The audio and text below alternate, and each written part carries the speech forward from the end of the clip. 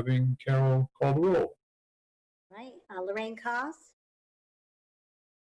Charles Venuto. Here. John Lusnar. Vinnie Toronto. Here. John Windsor. Here. Gary Casto. Here. David Lane. Here. Laura Lee Thompson. Stephanie Ely. Here. I'm here. Okay. Here. Todd Swingle. Here. Jay Moynihan. And Dennis Basile. Courtney Barker said that she may not arrive. She may arrive late or not at all.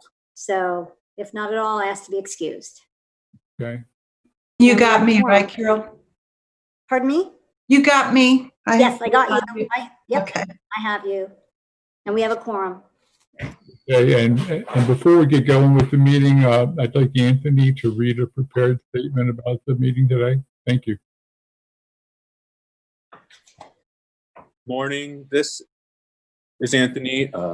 Please note that this meeting is being recorded, video and audio, and we want to share the following logistical information. All attendees are muted and must be unmuted in order to be heard. Attendees will remain muted until specific moments on the agenda when public comment is accepted. Members of the public who wish to give public comment will be unmuted to speak one at a time before each business item is voted on by the members of the Citizen Oversight Committee, and again at the end of the meeting during the general public comment period. To indicate that you want to speak on a specific agenda item, please use the Zoom raise hand tool when the meeting gets to that agenda item. For those participating via computer, attendees will see the raise hand tool at the bottom of the screen, and participants will need to select that participant's icon at the bottom of the screen. The raise hand tool is an icon at the bottom of the participant's window. For those participating via phone, dial *9. The meeting host will see a list of everyone who wants to speak and will unmute and call on those individuals one at a time. Please state your name and residence. You will have 3 minutes to speak. A timer will sound at the end of your allotted time. The next speaker will be called on and unmuted for the 3-minute window. Thank you, Anthony. Okay, Carol, could we call the roll? Oh, we did the roll, I'm sorry. Could we get an approval of the agenda or any additions to the agenda? No additions to the agenda. Approve. I motion to approve the agenda. Second. I'll second. And anybody in opposition to the agenda? Seeing none, the agenda is adopted. How about approval of the minutes? Any changes to the minutes? Motion to approve. I'll motion. I've been quiet. I'll second. Okay. Anybody in objection to the minutes being approved? Seeing none, the minutes are approved. Okay, let's move on to the progress and fiscal reports. And first up is Virginia Parker, the director. Thank you. Good morning. So I'm going to be very brief because then we've got our quarterly reports where we'll get into more detail on projects. So I'm just going to highlight the things that fall outside the project listing. First thing, it's actually not on the progress report, is a big shout out to staff who've worked insane hours the last couple weeks on grant applications that are due today for the new $25 million funding for Indian River Lagoon grants. And those are due at 5 o'clock. We have 6 applications that we will be submitting, total just under $5 million. We've also worked with a number of cities on applications that they are going to be submitting that will hopefully provide additional matching funds for swirl funded projects and potentially reduce the amount of half-cent sales tax those projects need to proceed. And we've been working with a couple different nonprofit groups on applications that they are going to submit with us as partners. And then next Friday is the deadline for a whole bunch of DEP grants, and we're working on applications for those too. So very, very busy month on grant preparation. So on the progress report, the first thing is the retail fertilizer sign posting. So we've completed going to all those stores, verifying which ones had them posted and which ones didn't. So most of them did. There were 6 stores that did not, and we have sent thank you letters to everybody who did, and we've sent compliance letters to the 6 who have not. And then in a few weeks, we will go back and check again on those 6. We installed the 3rd in-ground nitrogen reducing bioreactor with all the groundwater lysimeter equipment to monitor the performance of that system for a year. And we have identified 3 more sites that will hopefully get installed in early September, so that we'll have that first set of 6 all using the same media to demonstrate to the state that that is a media that should be accepted for these in-ground systems. You're going to hear a lot more about derelict vessels today, but 4 more additional derelict vessels were removed in the last month. Our video contractor has produced lots of videos, so we're going to share a few more of those with you today. One of our challenges with leaky laterals has been the ability of property owners to pay a plumber up front and then get reimbursed. So we developed a pre-qualification program for plumbers that's currently out there on the street. There was a pre-bid meeting earlier this week. The bid opening is September 1st. So we're looking forward to having those pre-qualified plumbers. And what that means is that homeowners will be able to select from that list of pre-qualified plumbers, get quotes from them, submit those quotes to us, we'll review them. And if we accept them, then the plumber can go do the work. Once the homeowner signs off that the work is adequately completed and they have their any sort of permitting inspections as required, then we can pay the plumber directly, and the homeowner doesn't have anything out of pocket unless the expenses exceed the grant eligibility amount. So that's moving forward now, and we're looking forward to seeing how many plumbers we have submittals from on September 1st. For septic upgrade grant notifications, that 2nd round of notifications have all gone out. So Matt Battleotto's been real busy answering the phone and processing 125 applications for funding. And one of the collaborative projects that is being submitted for funding today is working with Dr. Todd Osborne on the Super Clam project and integrating that with the oyster gardening program at the zoo. And so we're working on hopefully being able to take those super clams and test their growth and development and survival in multiple areas all over the lagoon, maintained by oyster gardeners. We're also hoping to set up some like community garden concepts at publicly accessible areas. So people that don't own the waterfront but want to participate in clam restoration will have a way to do that. And there's some other aspects to that program, seeding our existing reefs with clams. So there's a whole lot of great super clam ideas in that grant application package. So we're really hopeful that that will be funded. On the other side of the monthly performance, I just wanted to highlight a few upcoming opportunities. I know, we've all been in lockdown and it's weird, but the zoo is having an Adopt a Mangrove event tomorrow where people can come by between 8 and 11 a.m. and pick up mangroves, grow them at home. And then when they reach a certain size threshold, they'll be ready to go into restoration projects. The Marine Resources Council is having a virtual rain barrel workshop the following Saturday, the 29th. And they're also having a Mighty Mangrove webinar on September 12th. So just for people who still want to get out and do things or learn about things virtually, there are opportunities out there, and we encourage people's participation. That's my report. Virginia, I have a Dr. Chair. quick question.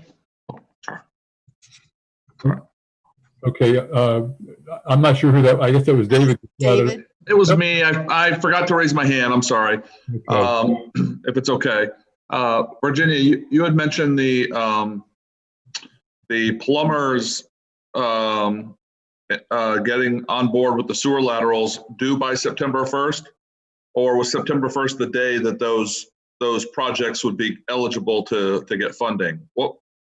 Which day was September 1st? September 1st is the day that the plumber proposals with their qualifications are due. Oh, okay. All right. On this program, we've got to pre-qualify that they are qualified to do this work. So we'll have a list of plumbers who have submitted their qualifications. The county will say, these folks are qualified to do this kind of work for our citizens. And then if the citizens choose from that list of plumbers, we can pay them directly. Is there a date ready for projects like that for the homeowners to actually, receive funding? So the pilot area, and of course, we'll talk about this a lot under the leaky lateral program later on the agenda, but the pilot program in Satellite Beach, those notifications went out in 2018. We have a number of people that have applied for funding in that program, but then they didn't want to proceed with the reimbursement process. They were waiting for us to come up with some way for the county to be able to pay the plumbers directly. So I got you. Notifications have already been sent out. Additional notifications will be sent out as other areas come online. So the additional smoke testing areas that were approved in the 2020 plan update, when we have those smoke testing results, those notification letters will go out. Titusville is also smoke testing. And, these plumbers might also be able to do some of the other septic work. So, different notifications will be sent out, as appropriate as projects roll out. Okay, thank you. There is one other thing, sorry, I forgot to mention. On the 528 Causeway elevation discussion, that discussion was tabled at the last Transportation Planning Organization meeting. It is scheduled to come back to the TPO on September 10th. So that conversation continues, and if you want to weigh in, September 10th is expected to be decision date. Okay, Terry, you had a question? Yeah, Virginia, I understand that what the plumbers are submitting now are qual packages. My question is, what's the criteria? How are you going to determine how much? What's the appropriate payment to make for the work that they do? Yeah, so homeowners will have to get 3 quotes. We're hoping that we will have a large list of qualified plumbers. And in order to keep this competitive, homeowners will have to, from that list, get 3 quotes, submit all 3 quotes, and we will review. If we need some expertise, we've got the utilities department down the hallway. If that doesn't work, we've got various utility consultants. So we will be reviewing those to get an idea of what the fair costs are. That their quotes will not be lump sum. They have to be itemized. So we can look at those material and labor costs and make sure that they are in line with industry standards. You done, Terry? So it's not necessarily the low cost bidder. It sounds like a best value award. You're going to make an evaluation. For the September 1st listing, it's going to be based on their qualifications. It will I have nothing to understand do that. with I'm cost. talking- It'll just be qualifications. Talking When about we when get your to the reimbursement. Actual, approval of a job for a specific homeowner, it will be based on the low bid from 3 quotes. The Okay. lowest of 3 quotes. Virginia- As long as that lowest bid actually seems reasonable. If we think that the prices are, just going up and up and up unreasonably, then we will reject those, and we'll have to come up with a different strategy for how to get those costs in line.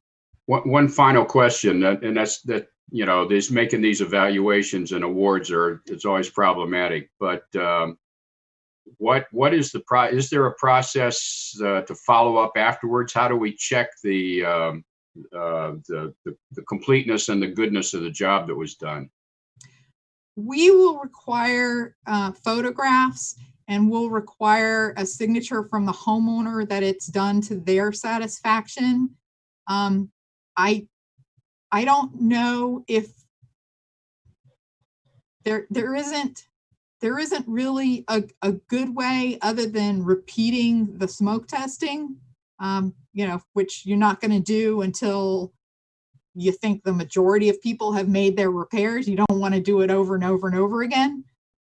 So it would probably be, a couple of years before we would want to do smoke testing. Nobody's looked at, you couldn't do a single home camera inspection for the lateral? Yes, we could do that. It would drive up costs tremendously. And I understand that's a couple of $100 maybe. yeah, and I mean, a lot of these repairs are, $40 or $200. So to dig up a lateral and do the replacement? Well, it depends on whether, you're digging up the whole yard for a few $1,000s, or whether it's just, one little 1 foot section that got crushed that needs to be spliced in.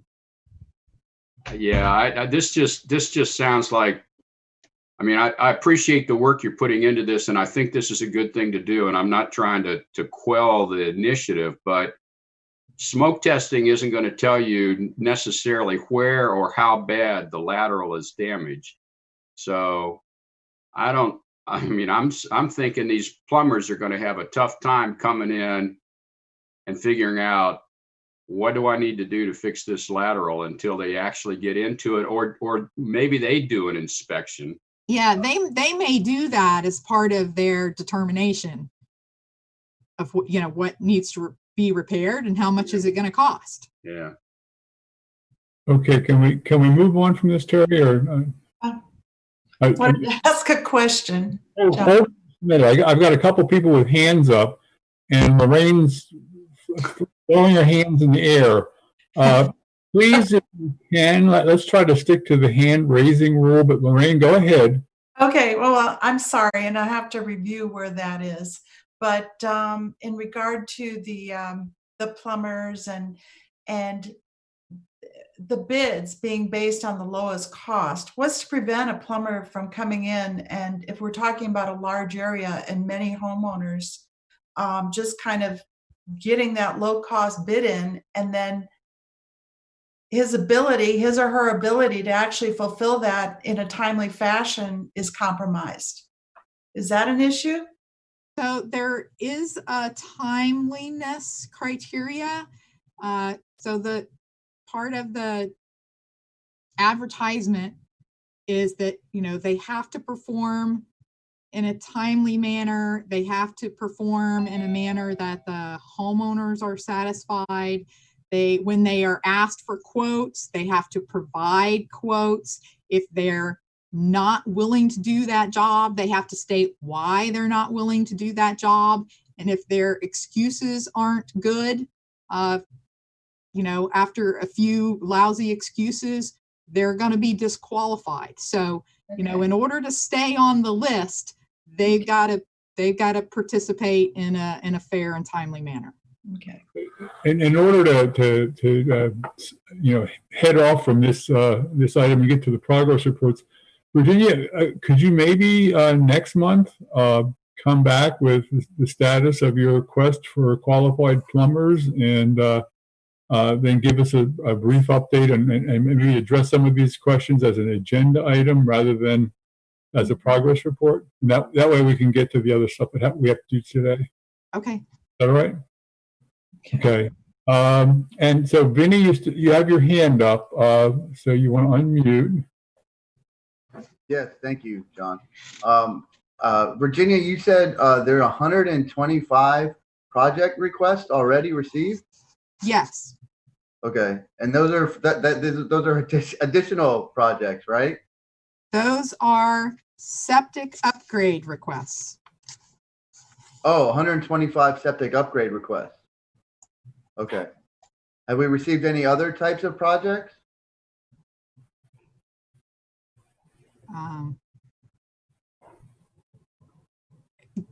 Yes, a few. Okay.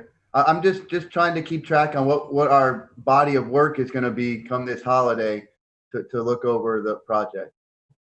Okay, thank you. So those aren't requests that the committee will have to review to go into the plan. Those are projects where they were prioritized in previously adopted plans. They've been notified that they're eligible for the grant funds. They've filled out the grant application paperwork. They've submitted their W-9s. So they can hire a septic contractor, upgrade their system, submit their invoices, and we will reimburse them. So what you're saying is that there was a section in the plan set aside for septic tank conversions. We've got 125 people that are interested in taking us up on giving them free money. Yes. That's good to hear. Yes, Matt's been very busy talking to those people. Okay, I thought they were planned project requests, so I was getting a little nervous with 125 new projects we'd have to go over. Okay, thank you for that clarification. Okay, Todd, you want to go ahead? Yeah, just a quick comment. We've got a lot of these things that are popping up with the laterals that are pretty small, low cost, and I really do ask that staff. I've seen a lot of where even just getting quotes ends up being a problem for homeowners. So just I don't know if you've got any additional ways to be creative, such as, if it's under a certain threshold or things like that, you can set a minimum cost, because we could end up driving administrative costs or just turning people away again due to all of the bureaucracy associated with this. So if there's any way to keep that process simple to encourage participation, please consider those types of alternatives. Yeah, we totally agree with you on that. We have a standing request to use the county's existing procurement thresholds for that. Okay, and as far as I know, that's the end of the questions at this point. John, yeah, Jay, go ahead. I've been having my hand up. I don't know. I can't see you on the screen because, anyway. You can't see moving your hand across the screen like this because I've got other people that are on the screen in front of me, and I'm using a list of participants, and I'm following the list of participants, and that's where it shows whether somebody has a question or not.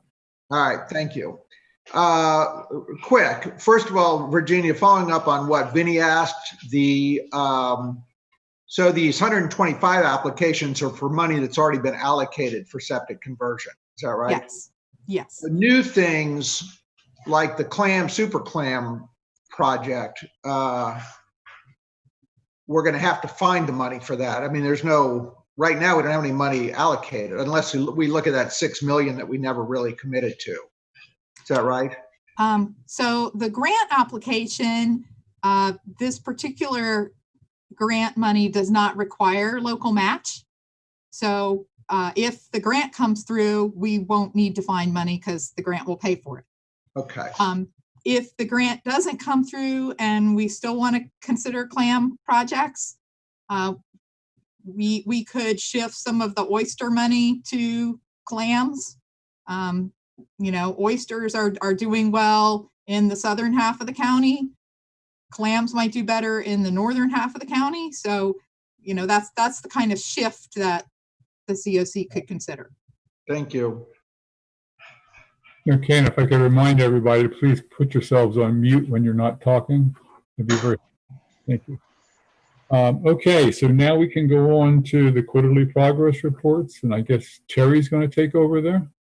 Yes, I'm going to go ahead and share my screen.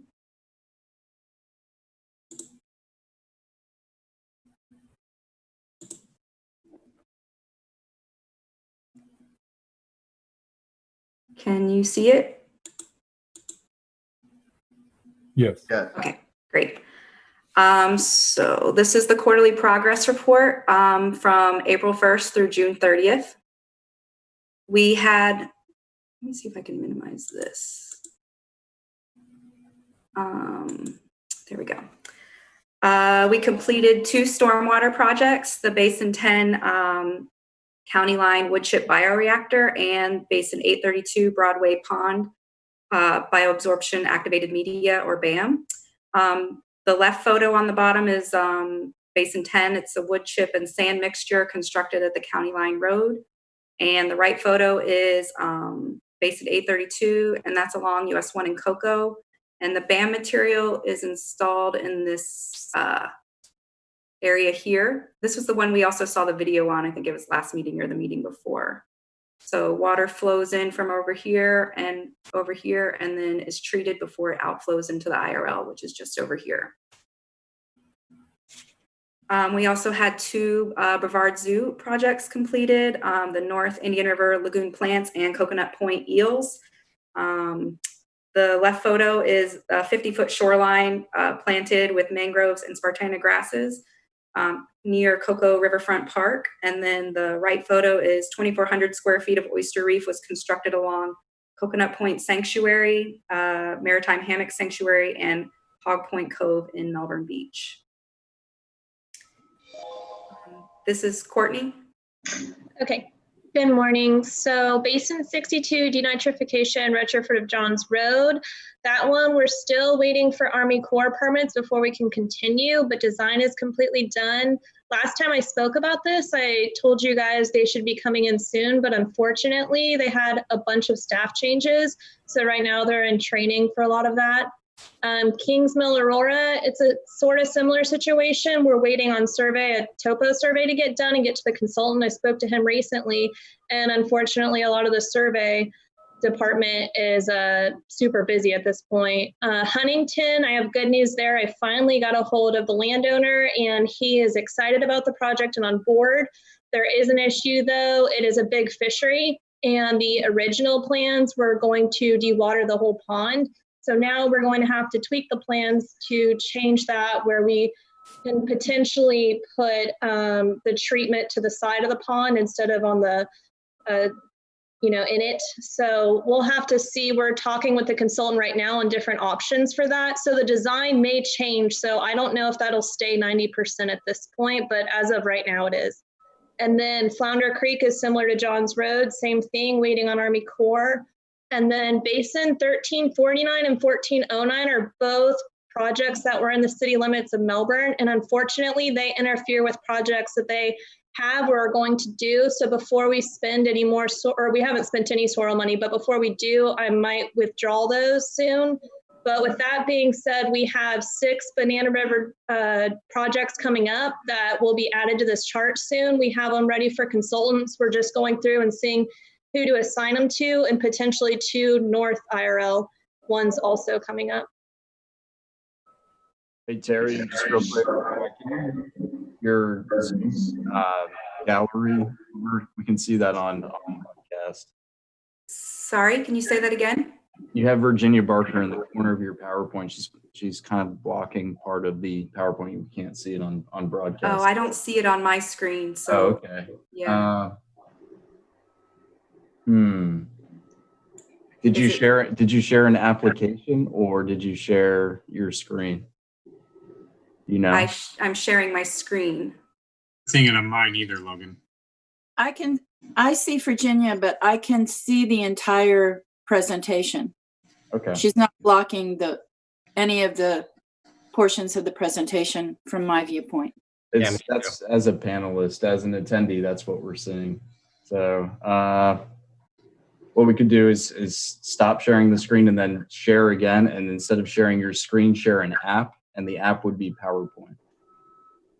Okay, you might have to walk me through that. I'm going to stop sharing. So share again. When you go down to share your screen, it should pop up. And instead of sharing your entire screen, share a PowerPoint. The PowerPoint, there's a window. I see. No.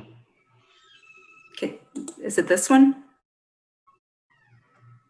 I can tell you in 20 seconds. We're lagging seconds behind on broadcast.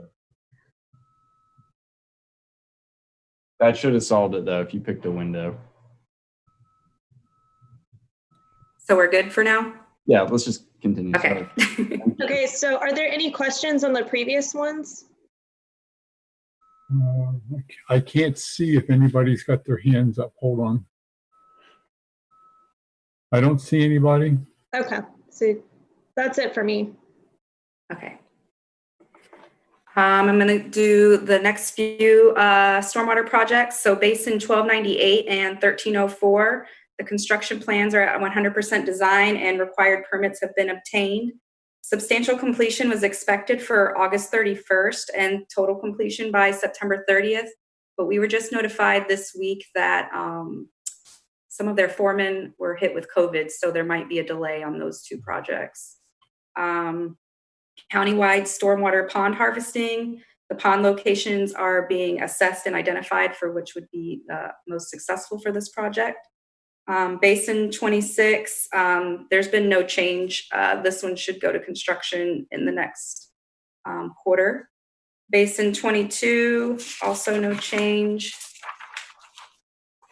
These ones were recently submitted in the 2020 plan update. Basin 2258, Babcock Road, the project is through feasibility and survey and is in easement acquisition stages. Overall, it is 12.5% complete. Basin 100 Burkham Road, this plans are for construction next quarter. Basin 115 Carter Road, 100% construction is complete. As-built record drawings are in progress and they're just waiting on one final invoice to be submitted, and so that one will move up to the completed projects next quarter. Basin 2134 Fleming Grant, 100% complete, construction completed in quarter 2 of 2020, and we're just waiting on the invoices to be submitted. Basin 51 plans for construction next quarter. Basin 193 also plans for construction next quarter, and same with Basin 141, construction next quarter.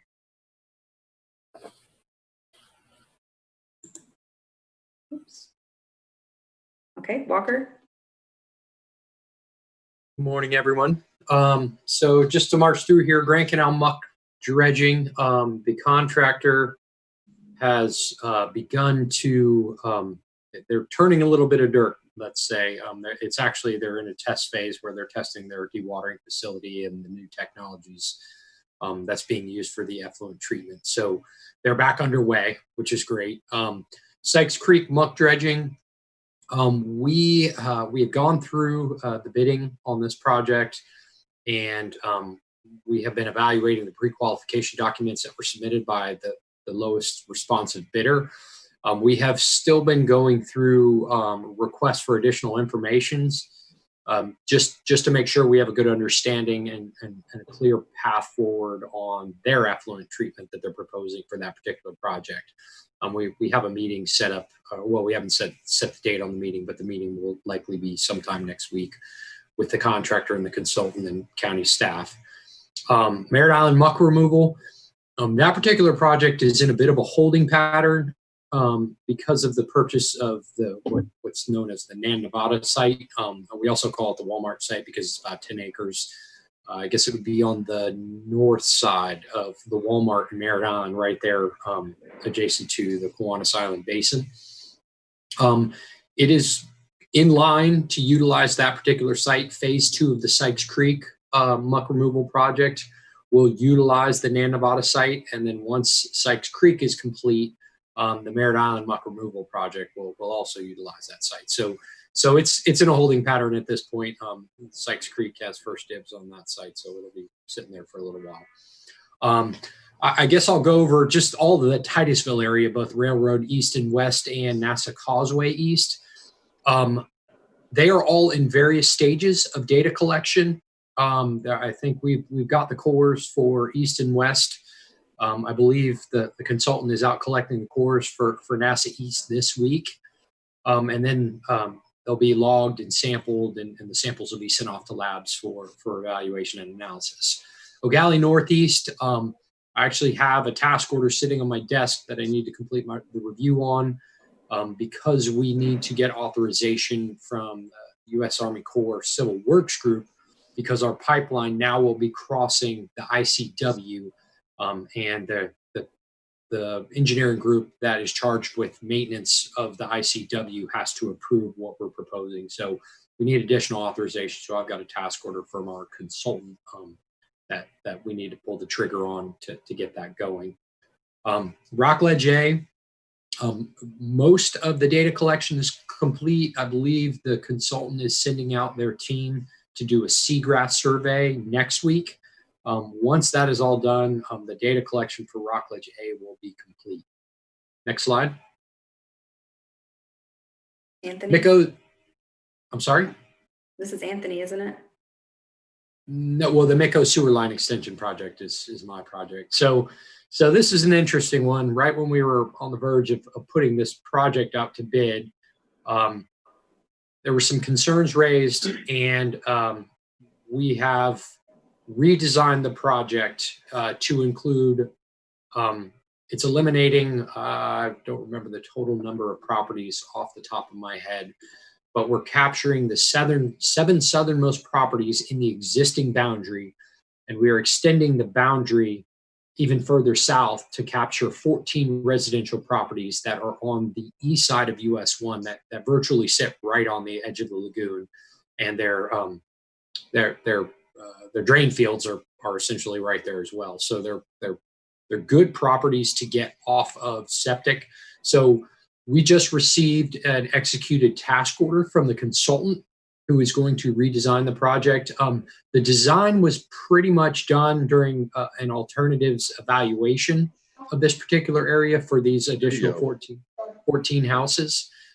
So it's not a lot of design work that needs to be done, but we're trying to get this turned around in pretty short order because we were so close to getting this project on the street, and we have a couple grants that have specific deadlines that we need to meet. So that's all I've got. I'll be happy to answer any questions anyone has. Okay, we've got a couple of hands up. Todd, question, or was that an old hand?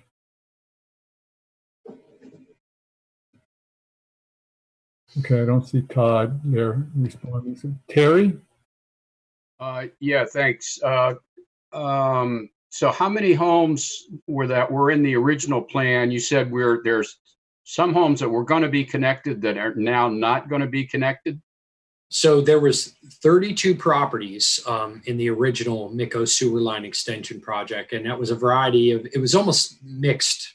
It was almost half and half were commercial and residential. Mm-hmm.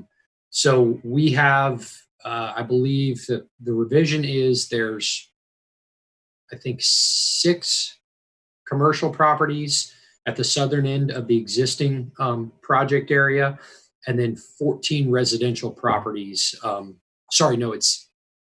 It's 6 commercial properties at the southern end, 1 residential property, and then we're adding on 14 residential properties that were south of our previous project area.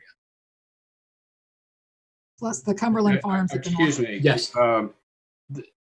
But weren't there houses in the original 30 number that are not now in the new plan? That is correct. How many of those were there?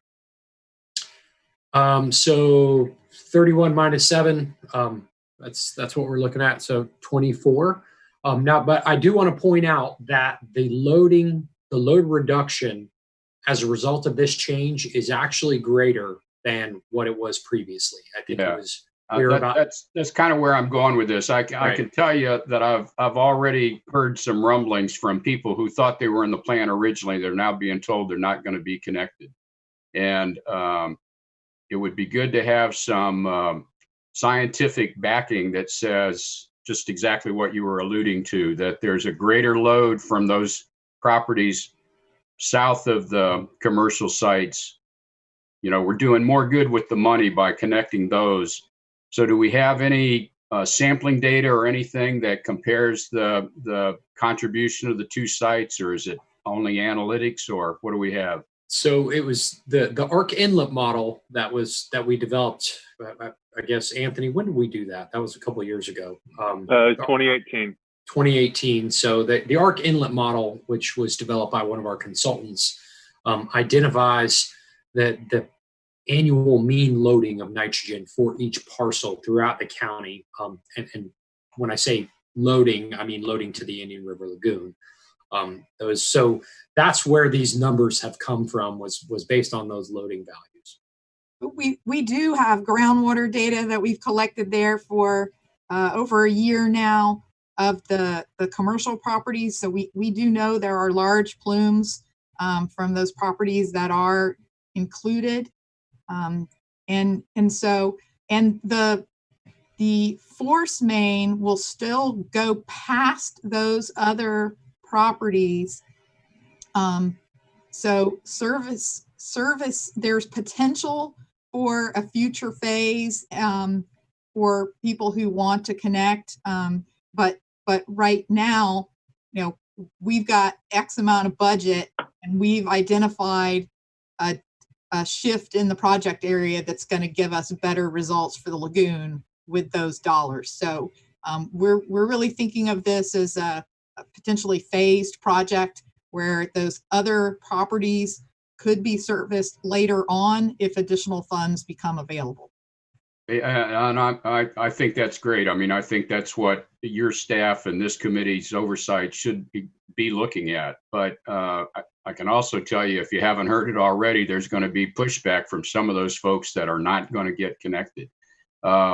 We're adding 14 properties, but eliminating 24. That's correct. So, you know, I'm an uninformed homeowner, and I'm saying, WTF? How does that work out? So what's the explanation for why 14 new ones cost the same amount as 24 old ones? What it really boils down to is, you know, a lot of those other properties that have been eliminated, their distance from the water line to the lagoon is significantly greater. So the loading value coming from those properties is a lot lower than the properties that are right on the edge of the water.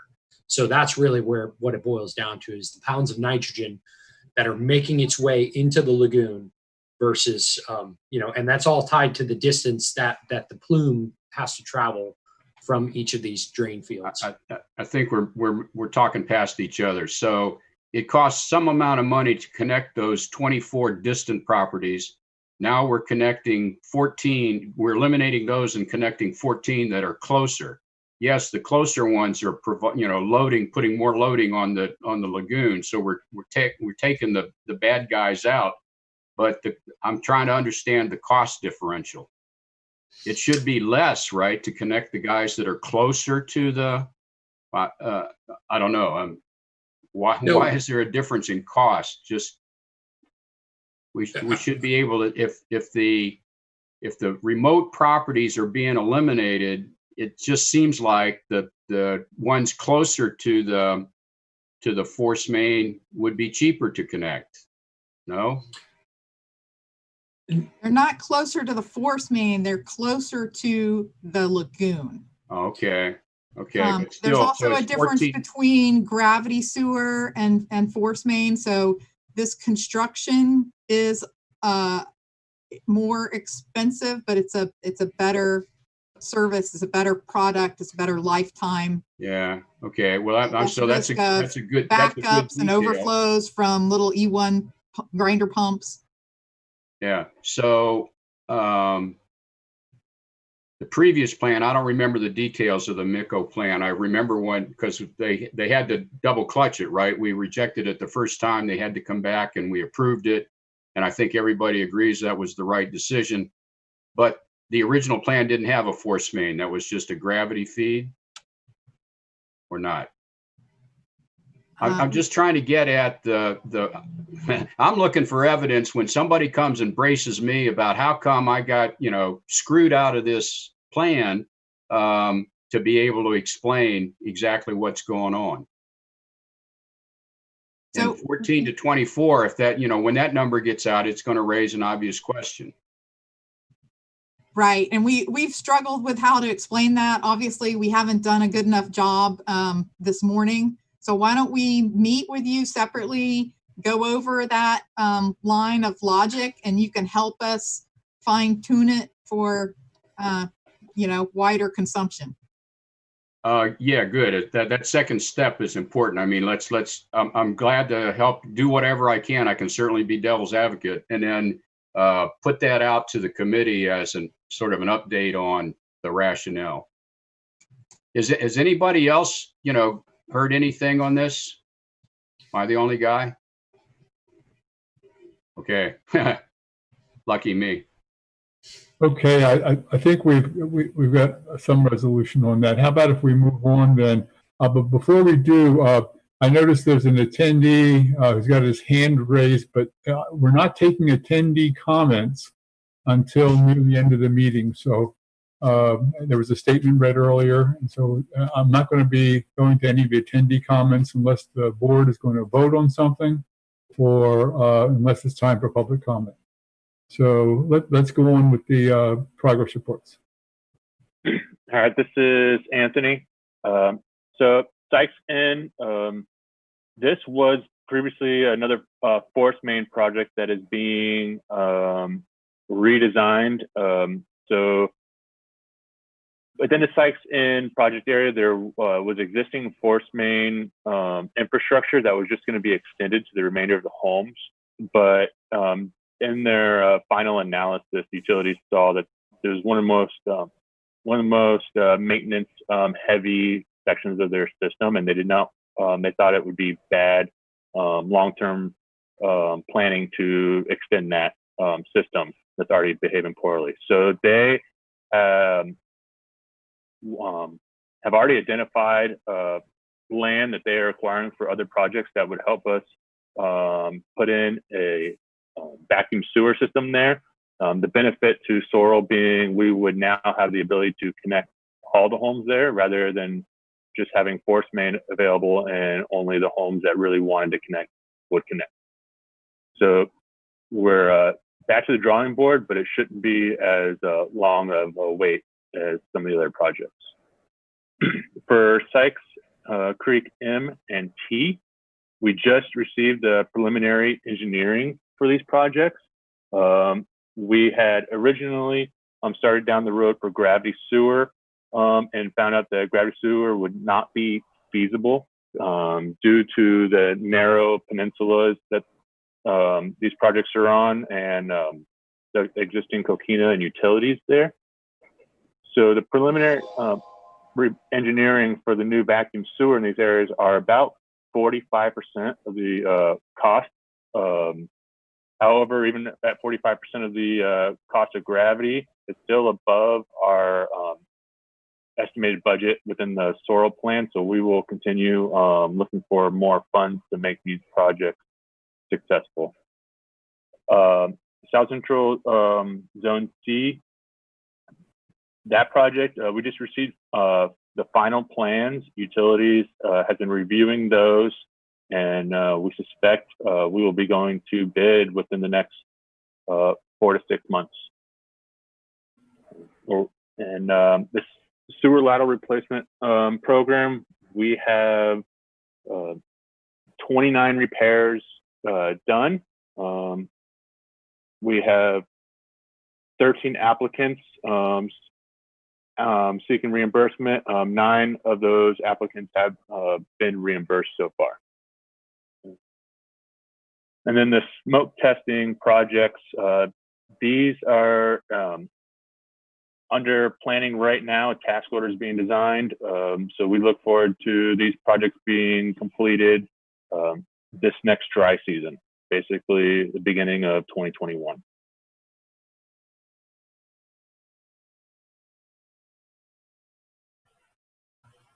Brandon?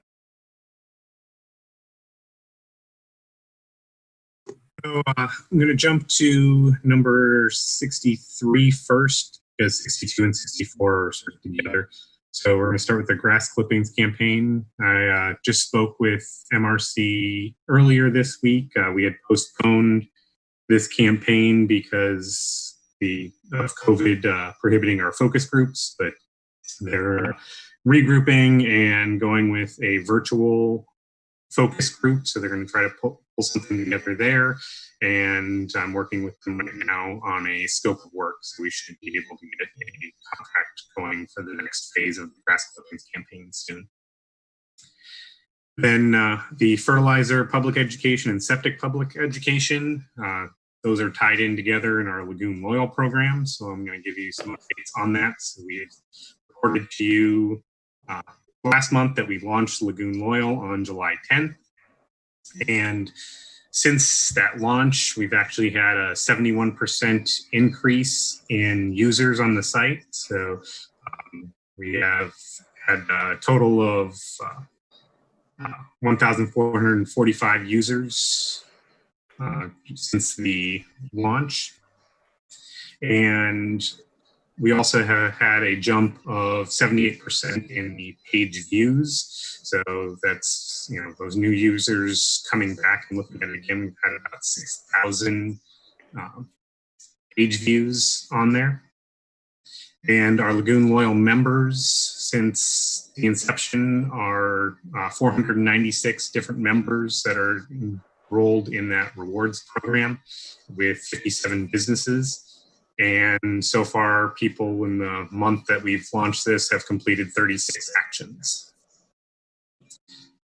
And these graphs here, you'll see sort of telling you where people are coming from for the different things. So the education web sessions, those are people who just go into the site or reading the info that we have there to teach them the proper behavior for their septic system or maintaining their lawn. And so most of those people are coming from the social media. So, nearly half of them. The orange section, that is organic searches. So people who type Lagoon Loyal into Google and try to find us that way. And then the signups are mainly coming from that social media. So we have ads that run on social media trying to get people to sign up for Lagoon Loyal and get those rewards. There's also ads that are put out on major websites too. So programmatic ads, and those are those little things that pop up in the corner of the website after you've visited someplace and you see it for the next 5 days or so. But social media still seems to be our main way of getting those people. The second on there is that organic search. I'm sorry, with the education web sessions, I misspoke. The direct is the second one on there. So that's where people type Lagoon Loyal right into the web page.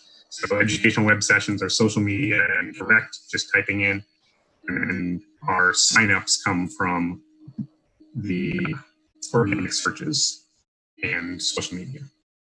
And then our actions completed, those are coming from that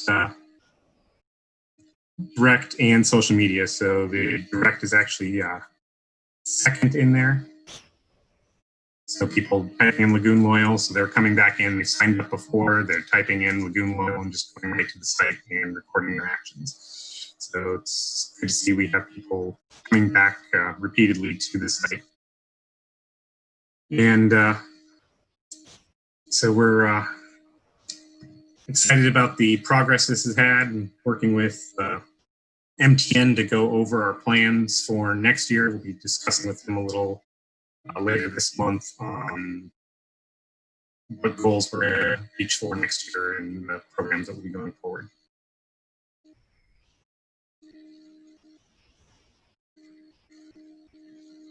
that it, Brandon?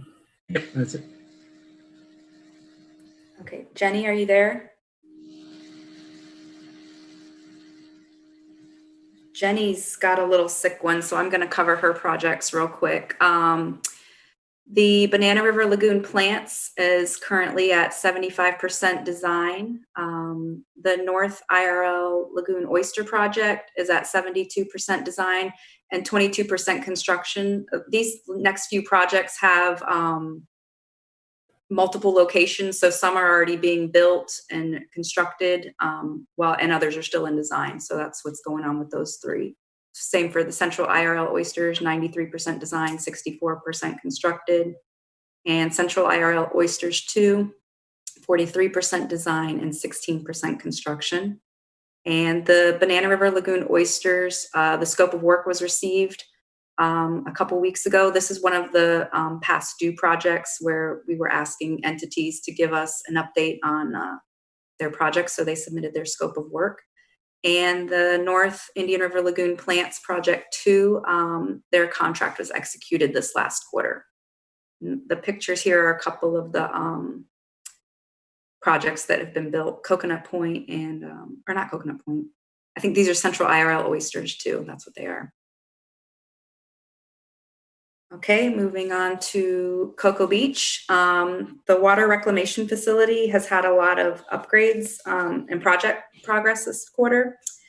At the end of last quarter, the electrical contractors began work on the reclaimed pump variable frequency drives. Work was completed on all 5 of them and have been tested by the city back in April. The next project was the north and south anoxic bypass valves and piping. The contractors performed a lot of prep work prior to starting the job. The work was scheduled at night for lower flows, and the city and staff were able to switch all flow to one treatment plant. The entire valve and piping assembly was completed in a day's time for each one. And the new valves for bypassing was officially tested and started in May. In late April, the entire complex was put on generator power in preparation for the electrical contractors to work on the main switchgear. They worked around the clock for 3 days with 2 different shifts to put the facility back on utility power.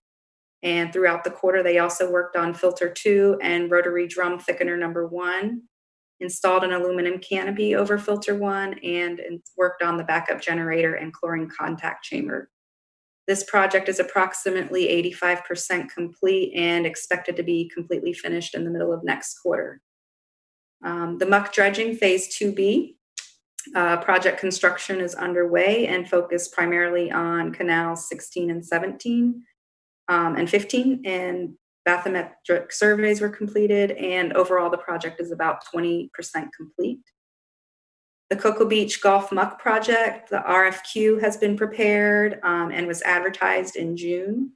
A mandatory pre-bid meeting was held in July, and bid opening was earlier this month. So overall, this project is 1% complete. Indian Atlantic Basin 5 dry retention. This contract was executed. Indian Harbor Beach muck dredging and interstitial treatment. Design is complete, waiting on a task order from the consultant to move design and permitting forward.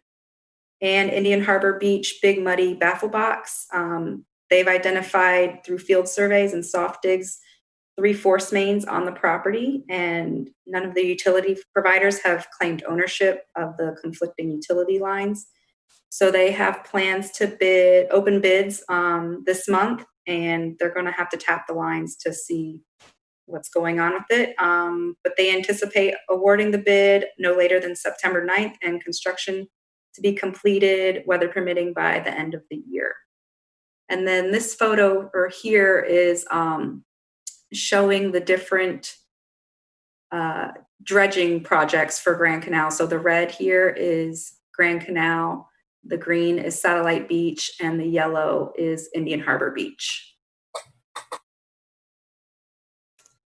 The Marine Resources Council completed 2 projects. First one was Fisherman's Landing in Grant, Valkyria. They planted 60 mangroves and 200 spitarna grasses. And same with Rotary Park and Suntree. These projects have requested funding and will be paid out this coming quarter, so they'll be moving up to the completed projects list. Is Danny on to speak about the Melbourne projects? I am. Okay, do you want to go ahead? Sure. So we're still working diligently on our projects right now. We're working on some construction documents through our attorney's office to allow us to hire or acquire contractors to be able to abandon septic tanks in the city of Melbourne and do the work for the homeowners for all of our septic to sewer programs. We have a meeting scheduled early next week to meet with our attorneys to figure out how the final language in those agreements between the homeowners and ourselves are going to be, so that we can directly pay the contractor, so that the homeowner doesn't have to come up with these large dollar values up front to be able to transfer from septic to sewer. So we're still working on Hogue, Penland, Roxy, and South Central F. We installed our our Roxy force main and completed that over the last few months. And I have almost every single homeowner calling me about once a week wanting to know exactly when we can convert over. So we're working diligently on getting that one done quickly. South Central F is along Pineapple. And we've got several homes and folks out there that have failing or have failed septic tanks, and we're working diligently on getting those in. We've got a small force main to serve 6 homes that it's gone in, and I'm working on another one to serve another 6 further down the road. Additionally, we have some other homes in there that have contacted us on what they want to do for redevelopment of their parcel. There's some older houses that they're looking at tearing down and rebuilding, and they'd like to convert their septics to sewer. Cliff Creek baffle box is 100% complete. We should be sending you a reimbursement pretty soon. We're doing our final closeout documents for the city. We have cleaned that box several times. We clean it monthly, so we've cleaned it several times, and we are pulling large volumes of stuff out of the water. So that we're really super excited about how well that box is performing. The Thrush Drive baffle box is design is complete, but we're waiting on our core permit. We have been tied up with that one for several months now. We submitted back in November and still waiting our permit. So as soon as we can get some movement out of the core, we'll send that one out to bid and hopefully have that one soon. The Grant Street wastewater treatment facility is at 90% plans, and they're working diligently on getting those documents complete. The Sherwood Park Stormwater Quality Project is our pre-construction meeting will be, I think it's sometime next week or the week after next. I'm sorry, I can't remember when my staff scheduled that one for us, but we should be moving forward with that one pretty quickly. And due to the grant deadlines of not only your grants, but of the state's grant that we received for that project, we anticipate construction to be done at the end of the year. I think that's all of them. We also have several projects that we submitted for and have not asked for contracts yet. And we just wanted to let, I know that letter went to you guys, but I wanted you guys to understand that we're working really hard on trying to get these projects done. And we've spent dollars on all of them. We just haven't brought contracts back to you because we're not ready. We're not far enough along the design progress. And so instead of telling you, the first quarter, oh, we're 10% done, and then we're 15% done, we felt it was much more appropriate to wait until we're closer to our construction dates to bring contracts forth. But I've got 90% plans on my desk for the Apollo GA box. And so I hope to have that one back to my consultant within the next week or so. I've got 60% plans for the Grant Place baffle box. And then we've got task orders in place for Spring Creek, sorry. And Cherry. So we're working on those right now, trying to get task orders finalized for all of them and getting them moving. Part of the other problem is that the city of Melbourne only has one design consultant. That's how our progress has always been. And so we've thrown lots of stormwater projects over at them over the last couple of months. And there's just some backlog in design. So we're working as quickly as we can to get these projects finished, because we know that we would not be able to do these projects without the SORL funding. All right. Thank you, Danny. Welcome. Moving on to the Merritt Island Redevelopment Agency, septic removal phase 2. We have 39 of 63 properties connected and now have 29 have been reimbursed. The Palm Bay North Region Water Reclamation Facility, 100% shop drawings or reviews are in progress, and the contractor anticipates breaking ground on September 21st of this year. So that's exciting. The St. John's River Water Management District, Crane Creek Canal Flow Restoration. They have 100% drawings complete. They've obtained all their permits. They're waiting on one easement, and they anticipate advertising and going to bid within the next 2 months. The Titusville High School baffle box design is currently at 95%. The St. John's, they've applied for the St. John's permit, so overall the project is 15% complete. The Osprey wastewater treatment facility upgrades, they just told us that they are at 100% design, and they're seeking additional grant funds to cover the remaining expenses. Titusville zones A through G septic removal, the preliminary design work is underway with survey to begin soon. The Osprey Plant Pond Managed Aquatic Pond System, or MAPS, that contract was executed, as well as the, going back to the Osprey Plant Pond MAPS, is they're going to install approximately 5,000 square feet of floating vegetative islands within a 2.3 acre city-owned pond. The draw field vegetation harvesting, that contract was executed, and they plan to harvest vegetation within a 3 acre pond that leads to the Indian River Lagoon. And they're also going to do a MAPS project on Drawfield Pond, and that will install approximately 6,500 square feet of floating vegetative islands in that pond. The Titusville Sewer Lateral Repair Project, we've received a draft of the scope of work, so we're working with Titusville on that.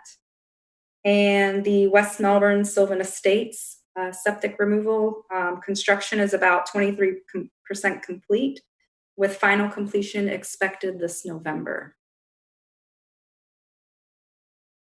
So overall, difference between last quarter and this quarter, we've received 10 more project scope of work. We've prepared and executed 8 more contracts. 11 projects have entered the design phase, and we've completed and reimbursed 4 projects this past quarter. 8 more projects have submitted for reimbursement, and 9 more projects have been reimbursed. So now I'll give a quick update on some of the past due projects that were at the bottom of the table. These were projects that were expected to be contracted in previous fiscal years. So the Brevard Zoo Wexford project, they completed a site evaluation this month, and they plan to submit a scope of work later this month or early next month. Cape Canaveral, Cape Shore Swales, Justamere Road Swale, and Hitching Post berms have all, they had to be withdrawn due to property easement issues.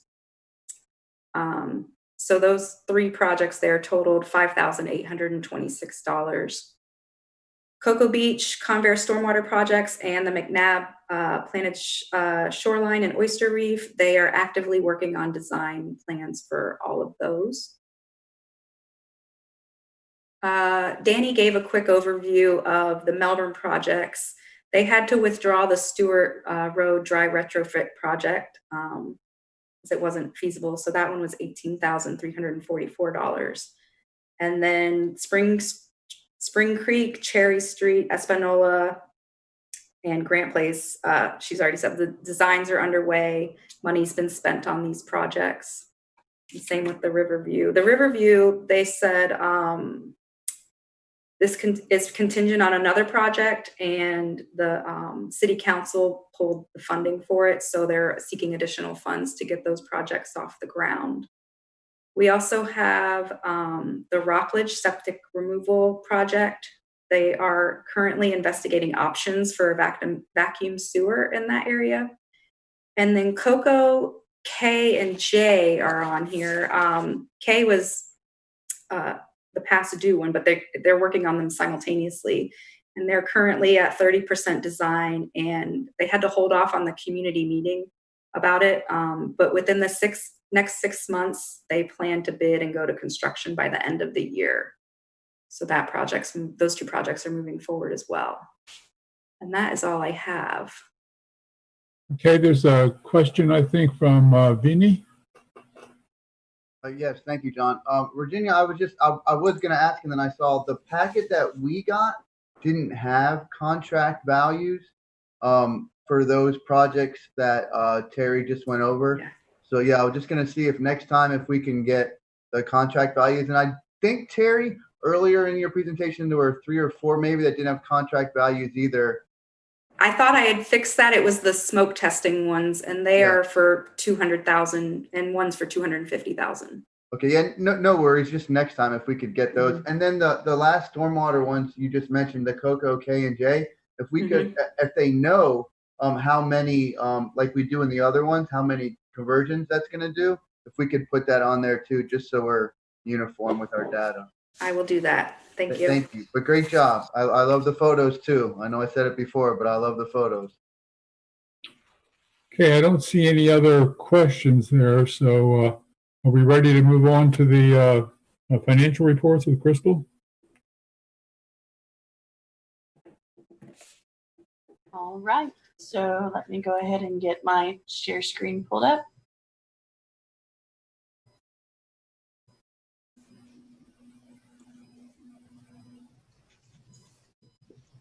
All right, first are the individual financials. As you see that this is a 10-page document. Each of you have received it. We have collected $31.7 million for this fiscal year.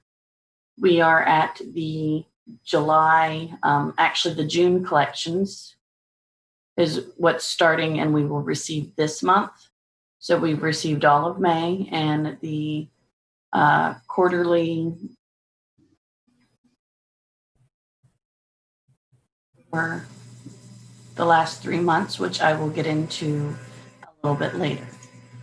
Is there any questions as to, and our actuals for our expenditures? We're showing $5 million. I just want to bring your attention to that there's going to be a 1, 2, and potentially 3-week gap between true actuals as of today, which are at 5.8 million compared to the 5 million seen as the preparation for the documents to be ADA compliant and viewable. So I just want you to know that there is a lag from when it's created to today. Are there any questions on the actual financials? I'm not seeing any questions at this point. Okay, let me move on.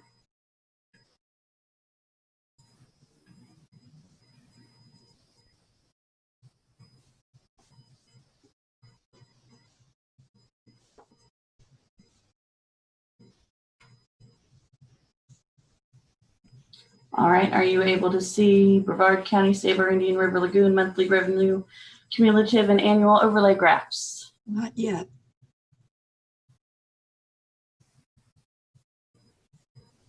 Yes. All right. So as you are aware, this is our graph. And I want to bring your attention to this lower amount. This is what I was getting at earlier, and I will go into detail a little bit later.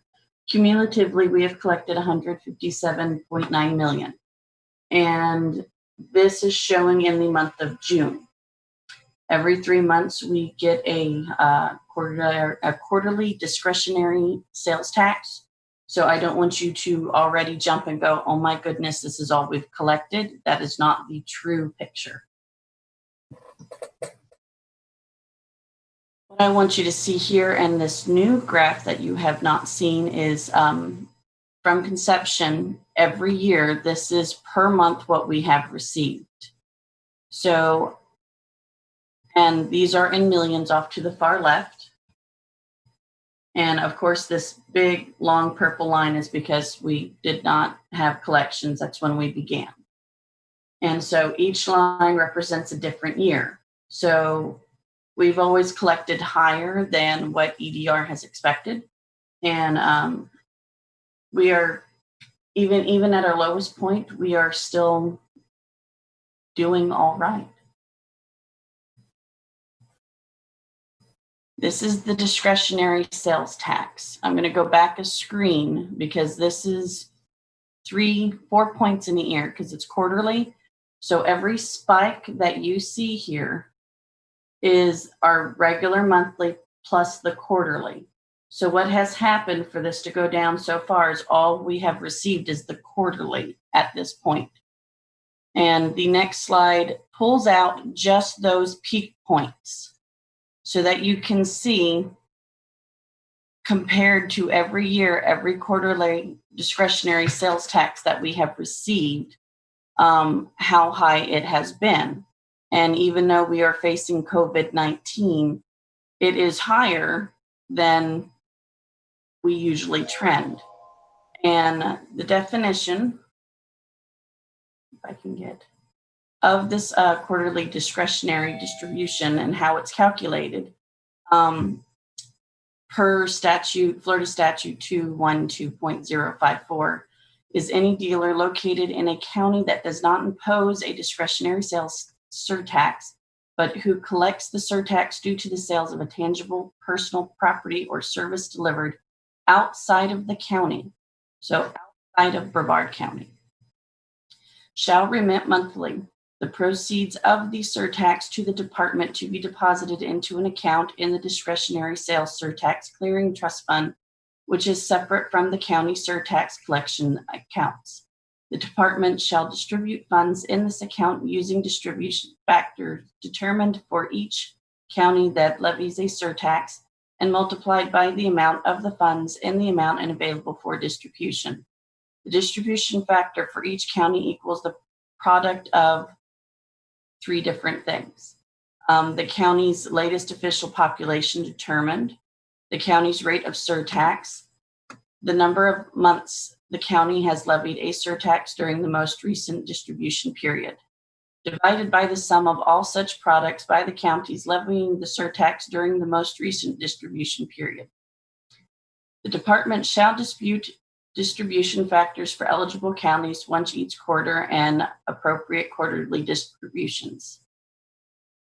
In layman's terms, it really means purchases made outside of the county that is not the same taxable within the county, because, you know, just like we have city, municipalities, counties, we have different areas that aren't necessarily part of a larger group, and they take that into consideration when it gets delivered back into the county. So every quarter, those 3 months, we get a deposit of this quarterly discretionary. Now that I've said all that, are there any questions that I could possibly answer pertaining to these charts and graphs? I've got a hand raised by Vinny. Okay, Vinny? I'm sorry. I'm just going to ask a layman question because I'm trying to, they're pretty charts, but I'm just trying to make sure. So we get 2 payments is what we're saying. We get 1 monthly and 1 quarterly. And then this chart you have, right, this one here is the combination of both of them, the monthly Correct. and quarterly. And then the other one that you were showing us was just the quarterly. Correct. Okay. And you said can you go back one, Crystal? You said that the triangle or the star-shaped one, this pretty pyramids, you said this is the combination, and that quarterly in June, that's just our quarterly. We haven't received a monthly for June yet. Correct. We usually get that in the last 2 weeks. It's a matter of us receiving it from the state and then it being applied in our program SAP that we use. And it can usually we get it sometime in the last 2 weeks of the month. Okay, so if that is barring our monthly, do we expect it to go up like $1 million, $2 million, $3 million? What have we been averaging month? Like, I know you broke out a chart of the quarterlies, but I don't know if we have a chart of the monthlies. I can definitely do that next time, but we generally average around 3 million. Actually, I do have that breakout in front of me. You give me one. So Vinny, if you just look at the orange line, you look at the May collections. Yeah. On the orange line was about 3.2 million. The April collections were maybe 2.7 million. Yes. So, you know, if you added 3 million to June, I got it. to the 1.7 already collected, you know, we'd be right up there near our purple line. We'd be right on track. It's Thank just you. absolutely incredible. So, Crystal, can you go back to the third graph? And that's exactly what I was trying to get at, Virginia. Quarterly only. So for the actuals for 2020, you know, both the March quarterly and this June quarterly, those are the highest quarterly distributions we've received in the life of this surtax. Yes. Yeah, that's what I was trying to. That's what I was trying to get at. So thank you. Other. And then I had one further question, Crystal. Back to the chart. So you said 157 million. That was kind of what we have collected. And then I know you don't have it as part of the slide, but previously the chart that has the yellow on top of it that shows the Save Our Indian River Lagoon quarterly financial statement. Yes, budget, that is this year alone. Right. And so the budget expenditures down at the bottom were 171 million. So I was just trying to connect those numbers. So that 171 million, that's the number that, and again, it's on that other chart that you had, the table. That's, yeah, well, I could switch over if you would like. And it's also on this bar graph she's got up right now, or not bar graph, line graph. You go to the far right of the top blue line. That's that 171 that we expected total collections to date. Right. Okay. And that's what I'm saying. So that budget that we have at 171, that's what we expected on that other form or other page you had up, right, Crystal, the other PDF? Yes, that is our current budget as of now. Okay. Let me get to that screen. So if anything, You're talking about right here, this total amount? Yes, yes. Well, down at the bottom, yeah, the expenditures. Yes. Well, that is the budget. Yeah, same number. And so, Virginia, then what we're saying is that currently even though on that line chart we have the COVID virus shaped icon down below, the current numbers that we have are keeping us on track to be able to meet that budget number we have there. And at the end of the year, that'll kind of tell us where we're at compared to where we thought we'd be. Am I grasping that? Right. I mean, at the moment, we think we are very close to making the revenues that we projected in April 2019. Okay. Yes. Which is just incredible. Yeah. Okay. Okay. Crystal, thank you. Virginia, thank you. Sorry, John. Thank you. Terry Casto.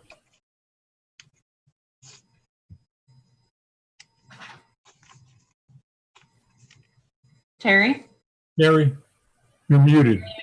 I'm jumping around about 6 different screens. Crystal, thank you for that walk into economic esoteria. I mean, I can't pretend to understand a third of what you said.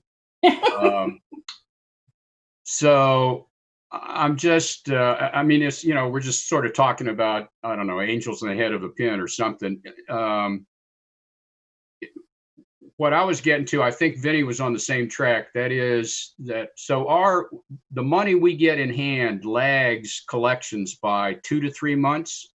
Correct. And I don't want to go back over it, but I was just double checking and bouncing back and forth between all these different graphs. And it looks like the bump between this shortfall we're showing because we say we haven't gotten the discretionary collections the discretionary collections in the past don't look like they're 3 million. They look like they're $1.5 million.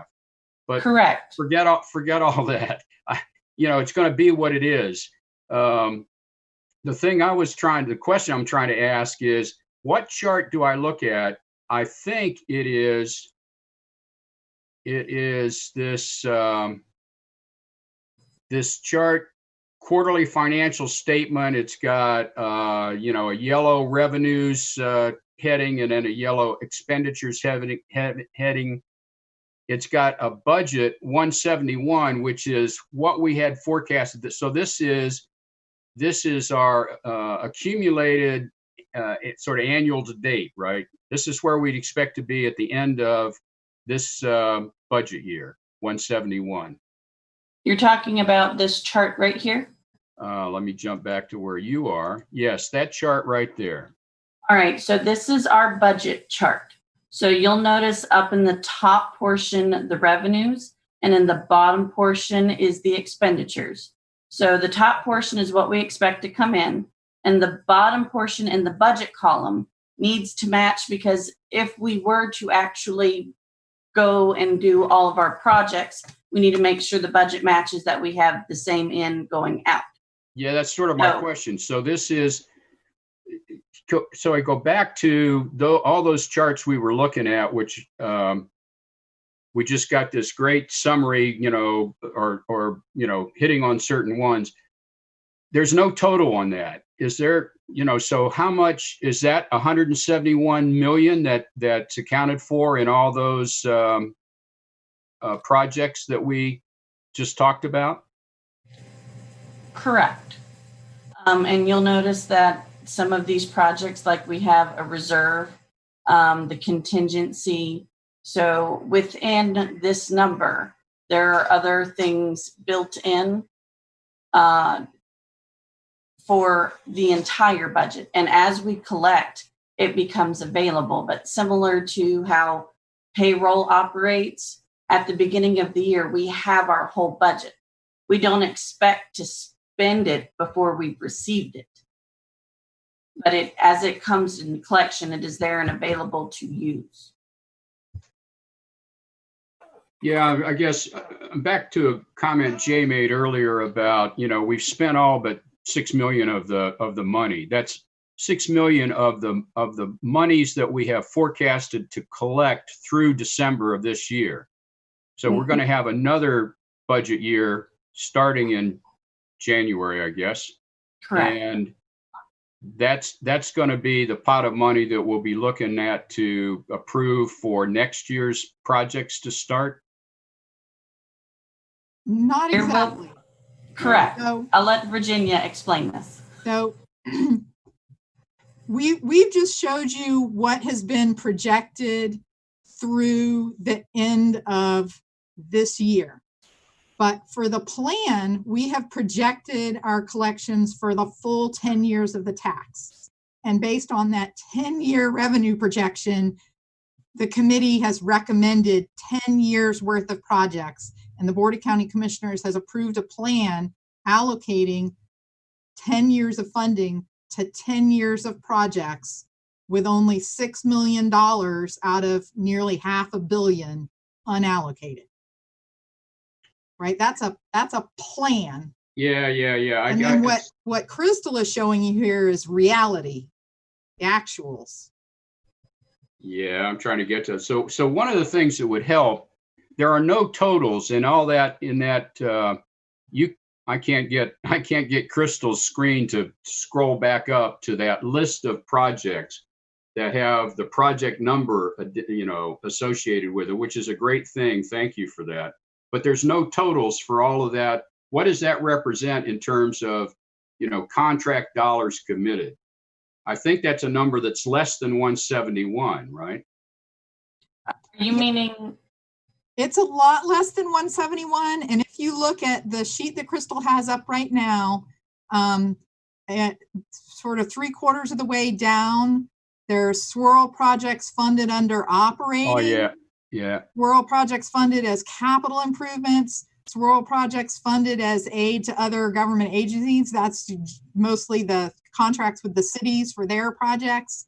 and then aid to private organizations. So those are the dollars that are currently budgeted and allocated this year for, many of those projects that Terry just went through in the long performance table. And you'll see the budget column next to that is total assigned year to date. So those right now are the POs that I have gotten from the contracts. We do have contracts that have been submitted to me for PO creation. It's not a do it in one day kind of thing. So right now we're showing that we have 24.5 million in POs, purchase orders, that are active to be reimbursed or paid out for said projects. Each line is the type of projects under operating capital, aid to government, aid to private. So aid to private is specifically like zoo, MRC, residents. Crystal, let me interrupt. I understand why you in the finance management needs to capture this in these different categories, but it would help. I mean, I got to go through and do the mental math to figure out just these 4 numbers you were talking about. So how much do we actually have on contract? And, my math isn't that good, but I think you said that's something less than the 171. I'm just having a tough time looking at all this data and keeping it lined up with what we think is our plan. The numbers that are you said the COC approved the budget. The COC, in my opinion, has not approved the budget for the years 6, 7, 8, 9, and, that far out. Yes, there was a document put in place when the tax was approved, but that quote plan, gets updated every year. So that's sort of the thing that I'm trying to keep separate between. This is the 5-year forecast or 8-year or how many years we have left. This is this year and everything prior. Yes. Okay. So it is literally this year and everything prior in the plan. Yes, and that's good. Okay. So maybe let me just close by saying is there a reason that the committee needs to see this breakout by these different subcategories? Operating expenses, capital improvement, aid to government agencies. Does the committee care about that? Or at least if you're going to show it at that level of detail, summarize it so we can see what the total contracted commitment is? This particular page is the summary. This is the detail as you scroll through the 10 pages, and it will show you the problem that I can't show you in here, where we have this contracted column. That contracted column is meaning this year, where we'll have I'm trying not to make y'all dizzy. I'm trying to go down to a city project where there is a wastewater treatment facility right here, where we're showing, here's the budget. This is what we've got contracted and PO for. However, this contracted amount has to match the total assigned. We have the full contract for their entire project, but I can't show that amount on here. That's what Terry's charts show. Hey, Terry Castro, I think we need to move along. Your question about, why are those values on there the way they are? They were requested by COC members in the past, and that's why Crystal and others put this stuff together. So I think I have Charlie Venuto here someplace with his hand up. Charlie, how about you? Oh, yeah. So some observations on the charts, especially the one that had, I think, the 3 or 4 years worth of data that had to hide the spikes. And there was a pretty strong correlation, year to year. The trend was, pretty positive. And it was, so you look at that and you thought, we're taking in as much money under COVID almost as we did, pre-COVID. It's like, well, should we be getting more money now if we were not under COVID? But then I start wondering, well, maybe it's just people spending money differently. So, instead of, on restaurants and things like that, they're doing more home improvements or shopping at Publix. And, so the revenue seems to be coming in spite of the pandemic that we're in. And so, it's, I don't know, such a cautionary tale or something, but it's intriguing to understand that and to get into the details. So it's really just kind of rhetorical, what I'm saying, but it's just more than interesting that we're at the same rate or close to it as we have been. So yes, we had our discussion about that. Okay. So that's it. Hands being raised, so I'm assuming there's no other questions on this for right now. And I want to thank the staff for doing a great job on the progress reports and the budget summaries. As we move down the agenda, I think we're on to other reports and special presentations. And I think Matt Culver, you're showing up first. Yes. Good morning. My name is Matt Culver. I've participated frequently in the past with the SORO meetings, and I'm here today for something a little different. I'm going to give a presentation on derelict vessels. Let me share my screen.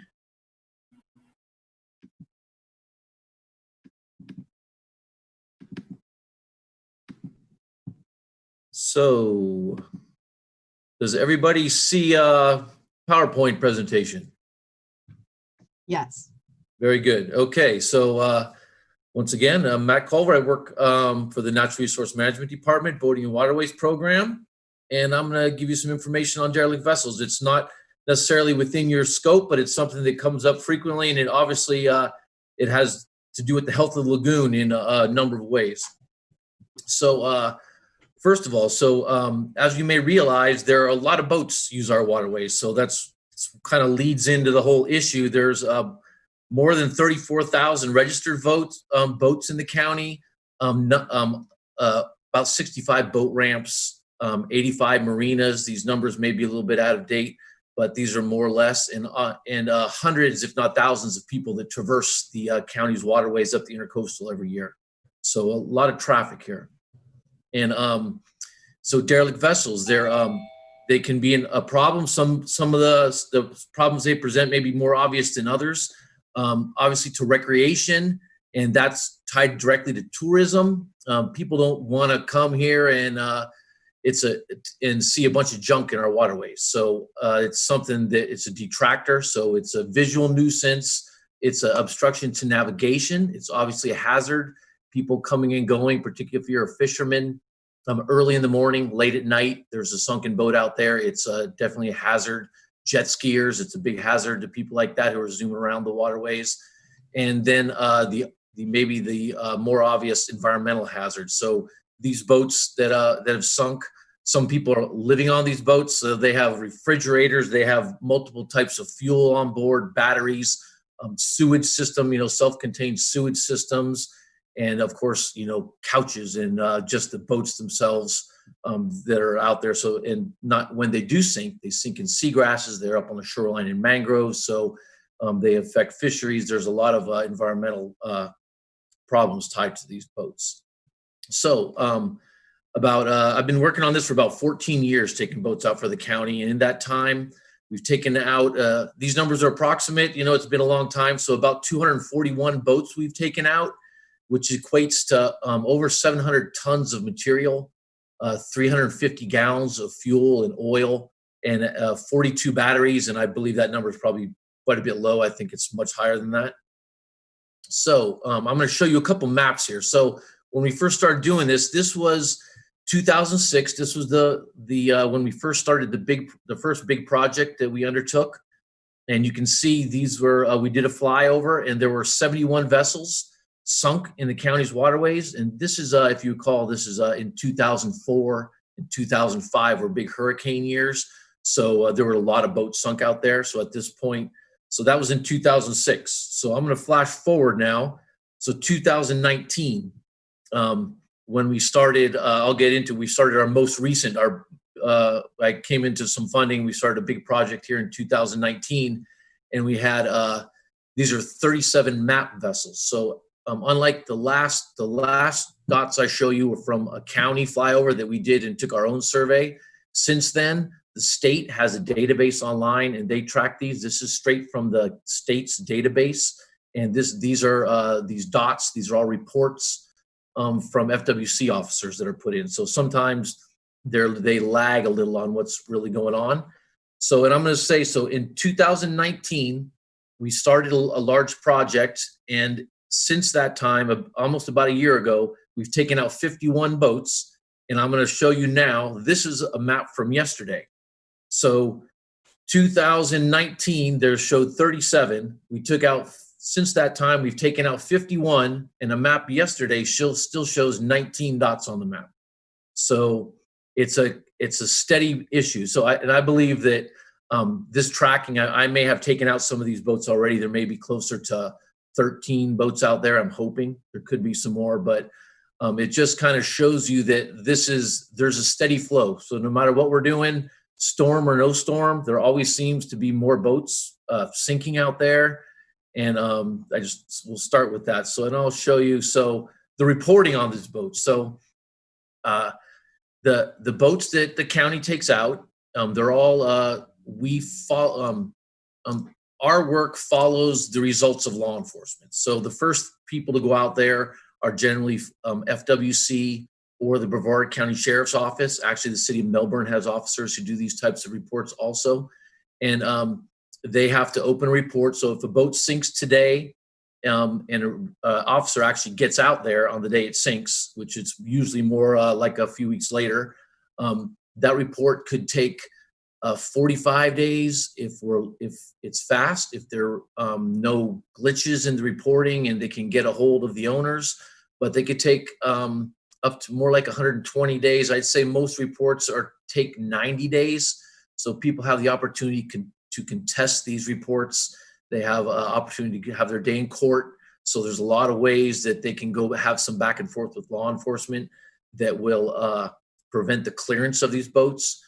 And so, and I may have skipped over. So when we take the boats out, the final result of these law enforcement actions are a letter to the county that says, basically they've been addressing them to me that, Mr. Culver, this boat is approved for removal by the county. Here's the numbers, here's the location, and it gives me details. And then that's my legal authorization to take the boat out and keep us out of any legal consequences for stealing someone's boat, for lack of a better term. So these, it's quite a process. Law enforcement has become better at it. And it's, they're constantly, they're updating statute, and I work closely with them. Actually, I provide input on occasion to the managers in Tallahassee about how this could possibly go faster. But that's one of the points where people say, hey, my boat sunk, come take it out. And I have to say, well, we have to wait for law enforcement action, which could take some time. So, so penalties here, I just switched that slide there, you may have noticed, but removal of a boat, one of the reasons people don't jump right at it and say, oh, my boat sunk, and they don't worry about it often, or it seems like they don't, is because it's a 4th degree misdemeanor, I want to say. So really it's the minorest of all charges that they can get you with. They can formally arrest you and bring you in and cite you in the police station, but that's rare. So it's a minor charge. They have been, this is something that's happened over the last couple of years. So when you are charged, they can put a hold on your license, renewal of your license, renewal of any registrations for boats or cars, whatever else you may have that happens through the tag office. So FWC in the past was slow to do that, but these days they're doing it much more often. And so with that, when they do that, it forces people to repay. Again, there's court, so the court can mandate repayment of the cost that the county has put out to take these boats out. In the past, people did not listen to any of those court orders. They basically were avoiding the payments. But now when your license or your registration is on hold for your car, you have a much greater interest in paying off the debt you owe to the county. So since they started putting these registration holds and license renewal holds in place, I get more and more calls from people saying, hey, I owe the county money. How do I pay it back? So I'll add to one of the things with these boats is we're not down in Miami. These aren't mega yachts. A lot of times these are old clunkers.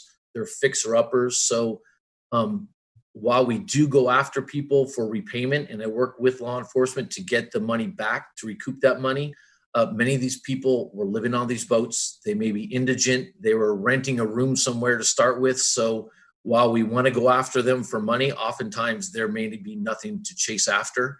One of the big issues also is, and this is kind of a warning to anybody who sells a boat, is when people sell a boat to somebody, then that person oftentimes does not register that boat. They can pay the tag fee without showing any ID and keep that boat registered in what would be your name for many years. They could actually sell it and somebody else could get the registration form and never formally change the ownership. So what happens is these boats sink and we can't find the owner. So we go back to somebody who's deceased, or they say, hey, look, I have a handwritten change of title right here. The guy was supposed to register it and we don't have anybody to go after. So that's one of our problems when it comes to going after getting that money back also. So funding for these projects. So over the past, again, about 13, 14 years, we've spent on the order of $1 million to remove these 241 vessels. So that's that's obviously a large sum of money. I will say until the last, about a third of that cost has come directly from the county's general fund.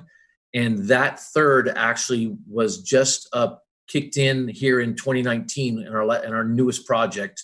And that's because a result of the hurricanes we had, I believe 18, 19, we had a couple hurricane years there. So boats had accumulated and the county saw fit to put some money in to take some action on those boats. So prior to that, the majority of our money, and still, comes from grants. Every time someone registers a boat in the county, a portion of that registration fee you pay the state comes back to the county for specifically for derelict vessel removal, for channel markers, or for boating infrastructure projects. So I tap into that money generally to use that as matching funds for grants from Florida Inland Navigation District or FWC. We actually, and more recently, actually, the tourism department has made grant money available and also kicked in to match some general funds as a grant, because obviously, again, for the tourism aspects of this, it's not a good draw for tourism to see all this junk sitting out on our waterways. So, and I'll mention also that, again, the owner penalties are slowly kicking in. They're building up. I just had someone call me yesterday. Unfortunately, he sounded like an older gentleman, so he owes us $7,750, and he wants to arrange payments to pay me $40 a month. So that's, if quick math, we're talking about 15 years he's going to pay us back. But I think we have 5 similar such payment plans underway. While again, the gentleman has nothing big to go after, no money to, in the bank, so to speak. So we'll take this money slowly, and it's building up, but it's just let you know we're building, and we save that money. Any money we do receive goes into the county has a strict derelict vessel fund, an account that stays there, rolls over year by year, and that money builds up. And again, we use it for matches for future grants or whatever we can, whatever I can use it for. So, and I'll add too. So I mentioned too, we've taken about 51 vessels over the last year, and that's about $330,000. And of that, we've had $40,600 of that funding has come from FWC grants. So while we're using county funding, I'm still always chasing after grants. So just some general management information here. So we do have a contractor, a long-term contract with the derelict vessel removal company. So they're available as needed for projects as funding comes up. That funding sometimes can be sporadic, but they're there when we need them. These are managed through by me generally. All the material. One good thing that's been a cost savings for the county is the landfill. The county landfills waive the cost for disposal of this material. So I believe my number earlier was 700 tons of material I believe we've taken out. So there's no charge for that. When it's a derelict boat, and that's there's no charge. And that's not just for county projects. So if somebody has a sunken or abandoned vessel and they have nowhere to take it, they have a junk boat, they can take it to the landfill, anybody in the county, and there will be no cost for the disposal of that vessel at the landfill. So that's also an incentive for people to just cut the rope and push the boat out into the river. If you can get it to the landfill, there's no charge to dispose of it. So the vessel costs are, removal costs are about $250 a foot. But of course, the same boats, a 25-foot boat sitting up high and dry on the shoreline is much less expensive to take out than that same boat sitting in 10 foot of water. So those costs can vary depending on the situation, but we average about $250 a foot. I will say that speaking with the state, the average for the state is closer to $550 a foot. So we actually, we've been getting a good price from our contractor over the past this number of years. So the contracting, again, just some details. When they're out there doing the work, you may have seen there's a barge that floats up and down the waterway. You may see it in different areas. Right now, it's actually near the 192 causeway. It floats around with Traco. You can see the picture on the bottom of the screen there. It looks, that's the equipment there a couple years ago working. So they always put turbidity booms around it. There's barriers, dive flags if they're down there. There's environmental requirements. So the regulatory requirements are tied directly to environmental requirements. These are generally, these have become exempt projects for permitting as long as we manage them with specific BMP, best management practices. So I'm out there overseeing these projects. Again, we've had the same contractor doing this work. He's won the bid since I've been doing this. So he's very familiar with, that company is very familiar with what they need to do to take care of the environmental concerns. And again, they have there's specific waterway insurance coverages they have too. So if there is some kind of an issue, they have pollution prevention coverage and longshoremen's insurance to cover their equipment and their personnel.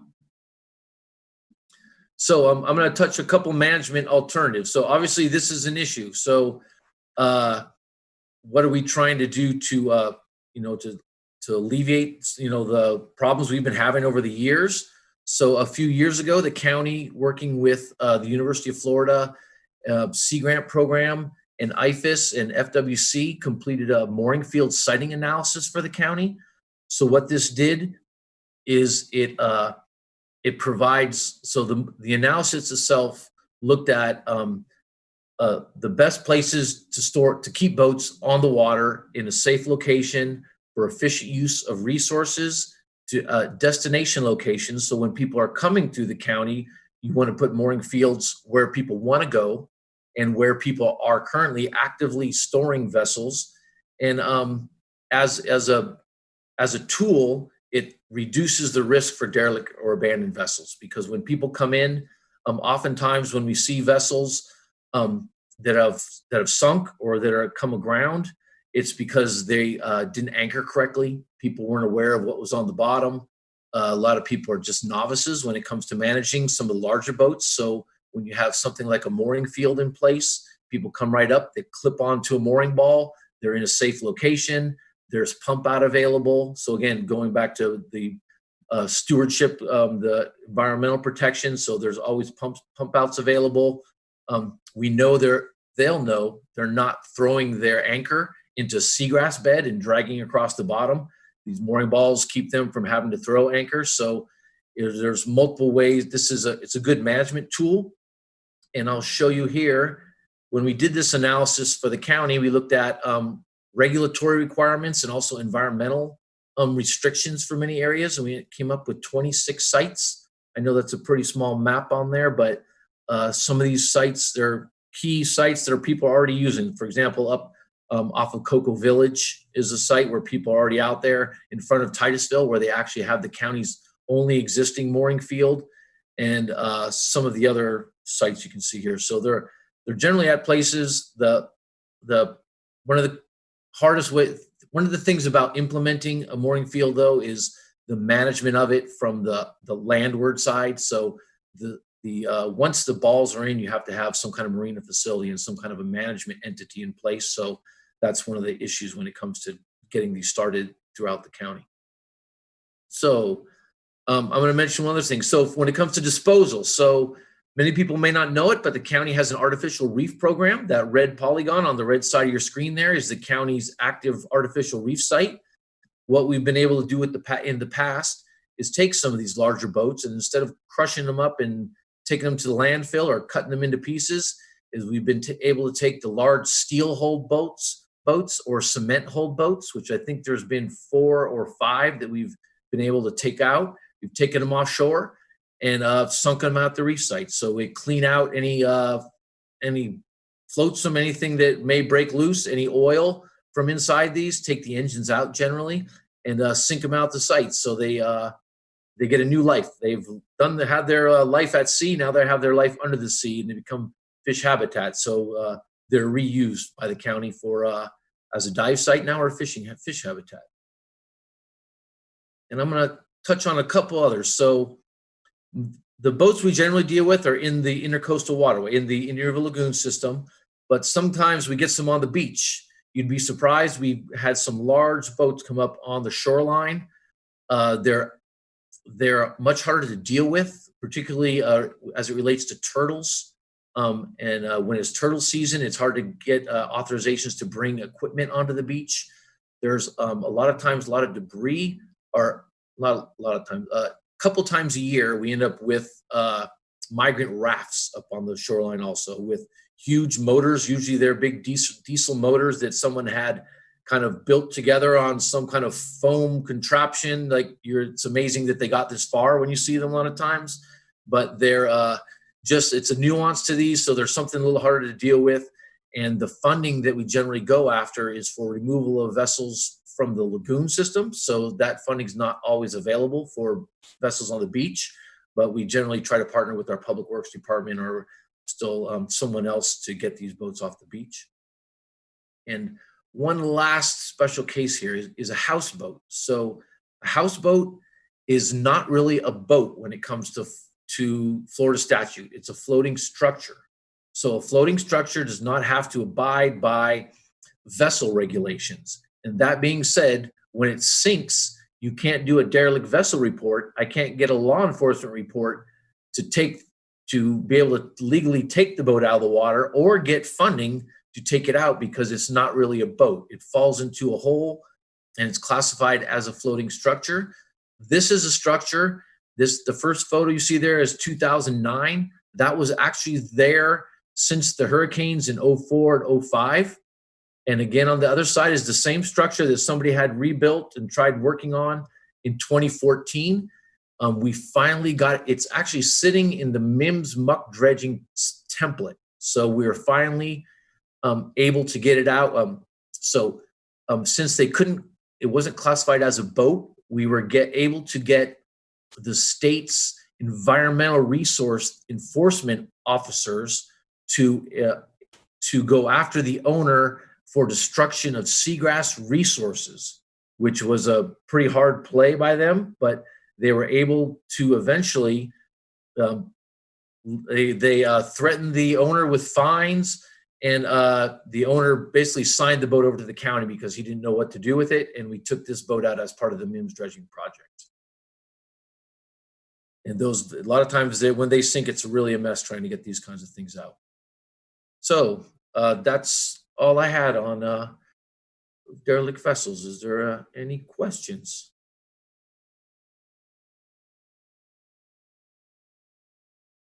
Thank you very much, Matt. I see that Vinny's got his hand up, so let's unmute Vinny. Thank you.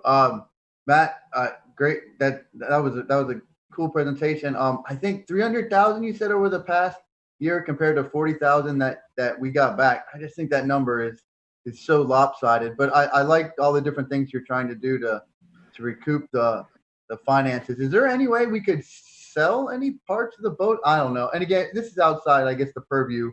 But I just think you're doing a great job and being creative, and thank you for that. And I don't know, that number of expense versus the money we get back, and this isn't against you or anything. It's just so overwhelming to see how much we're putting out compared to how much we get back. Right. And with that, Vinny, so there's the grants I go after generally. So the have a limitation on what I can get yearly from the Florida Inland Navigation District. Their small derelict vessel removal program. They'll max out at $30,000 a year. And some of the others are FWC has opened up their application period now, but previously Florida Fish and Wildlife and the Florida Inland Navigation District had a yearly time frame, so you could apply once a year. So I could come in and get, prior to hurricanes, there would be boats kind of piddling in all year, so I could apply to take out 6 that were cleared, and then I would get that money, but then there would be 6 more by the time I got past that. So, and a lot of times that grant application period could be 6 months from or longer from start till I actually got the money in the bank. And that grant application, I can't even apply for the money until I have the legally cleared law enforcement reports. So we're talking 4 months to get a cleared report, 6 months to get money, and next thing you know, a boat is, and then I got to get my contractor on board. It could be 10 months before I get to a boat. So in this particular instance, the counties thought it was important to take action on the accumulated vessels. So we took we got the money in place, and I am leveraging that money as I can as I move forward. But I took action on a number of boats right away just to try to take the low-hanging fruit, so to speak, out of the waterways. And with regard to salvaging, so our contractor is allowed, so to keep the prices low, they will take out keel from the lead from the keel. They'll recycle the masts. They're allowed to scrap those pieces. And by allowing them to take the metal and whatever else they may be able to salvage out of these boats, that helps keep the cost for the removal down. Okay, yeah, great. And I guess maybe the last thing, I know you talked about making sure people change ownership. Is there a way to have a flyer or something that goes out when people get licenses or permits, so that way they're reminded? I just know for me, it'd be good to have a reminder. Again, maybe that's that low hanging fruit to remind people, make sure that your license is changed or whatever. But thank you. And I believe so. Over the past year or two, I've been told that the state has started to put a informational flyer in with your registration when you get a new vessel to let people know about that, to try to get that information out. Because in the past, people were totally oblivious to the fact that they really need to keep an eye on that.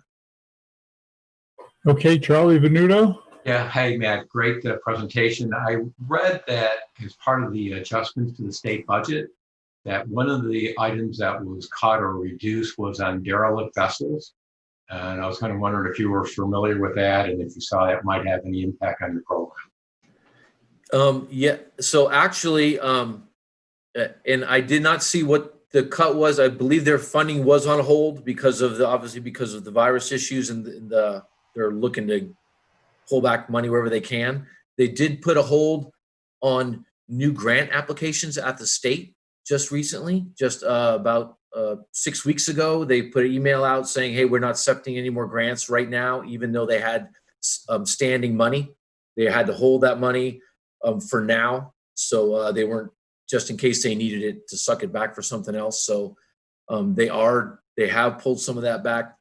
I'm hoping they're going to make it available again, at least what they have they had $1 million, I want to say, at least it may have been 2 million this year allocated for derelict removals throughout the state.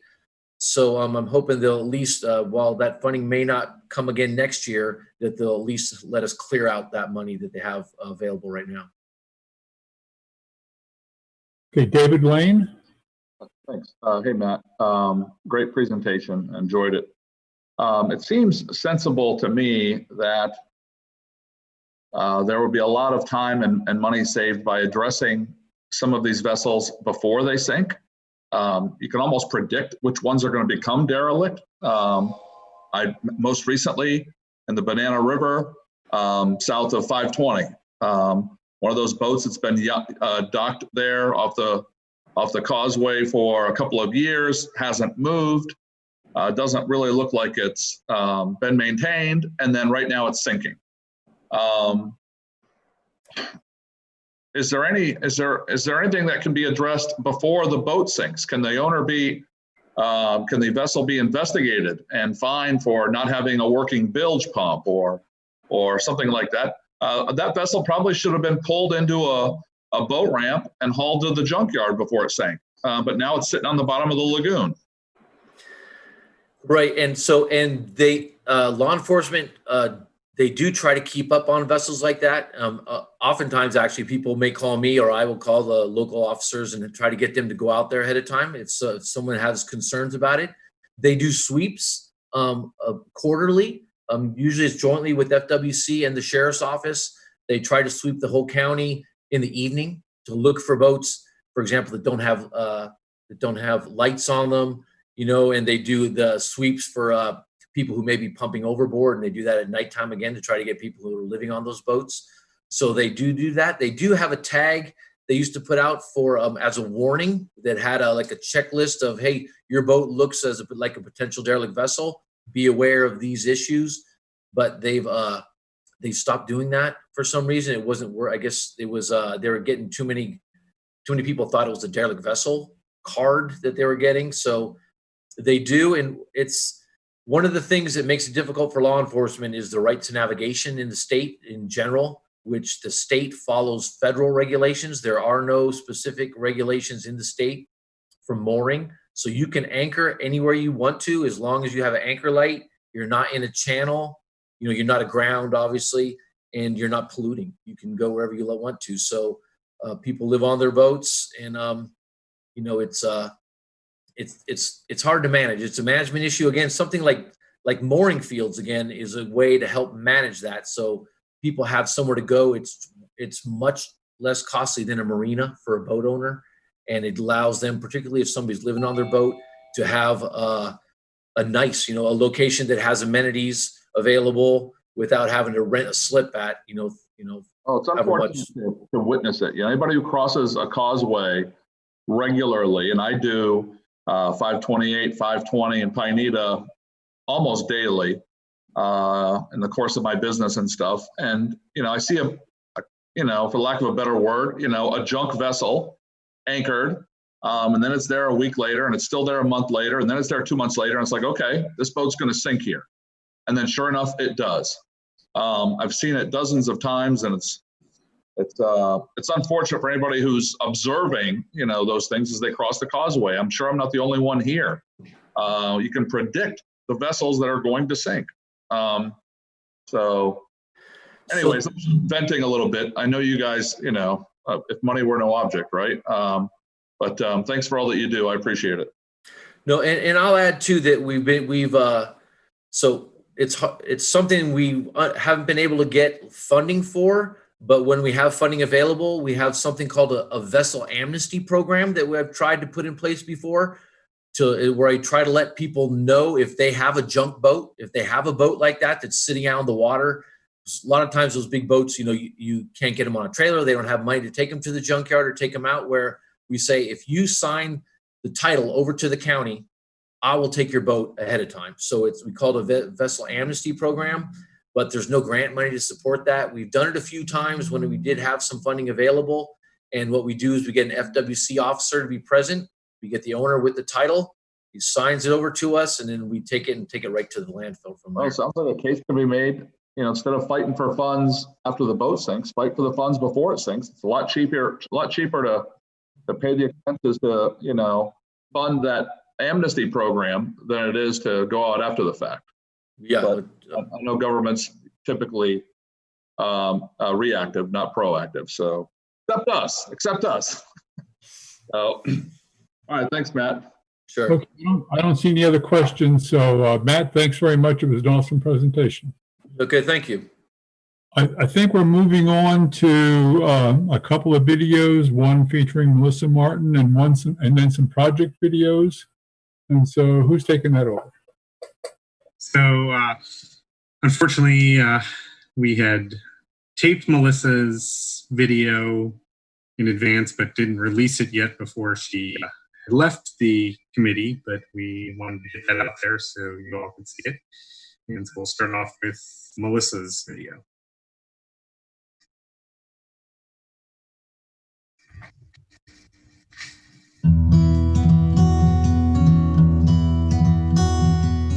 Whenever I think about the lagoon, I think of my dad. We would go on these fishing trips. They would be serious fishing trips, so only where the fishing is good. So we would go to Banana River. How he taught us the secret tips of rigging the line or making that perfect circle with our cast net. When I think about those days, they're even more precious to me because he's gone. And so it's those types of memories that I really hold on to.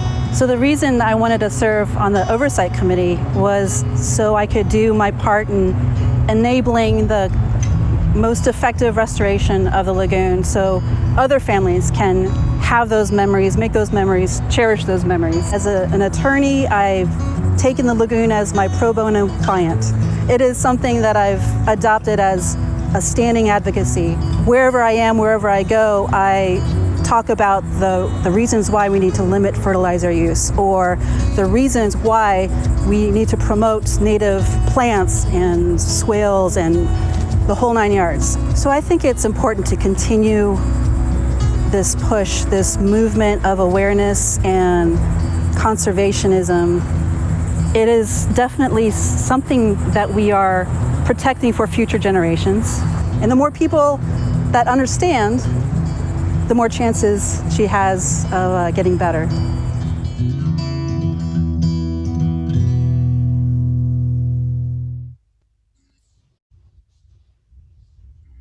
All right, and then next we're going to do the video on the in-ground nitrogen-reducing biofilters, which is part of this septic upgrade program.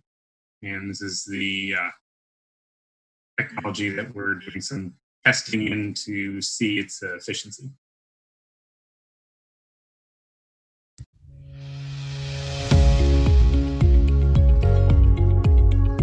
Traditionally, septic tanks and drain fields have been identified by the state of Florida as one of the point sources for nitrogen pollution. Up to 20% of the nitrogen getting into the lagoon is from septic systems. Since we're standing so close to the Indian River Lagoon, one of the goals of Brevard County is to take conventional drain fields, which discharge a lot of nitrogen, offline, either with a sewer system or with some type of advanced septic drain field system. So when sewer is not available, you start to turn to technologies like advanced treatment units or performance-based treatment systems. So what we're doing today is installing an in-ground nitrogen-reducing biofilter. What's unique about an INRB system is the traditional drain field. Below the drain field is 18 inches of sand, and directly below that is media, which in this case is bold and gold.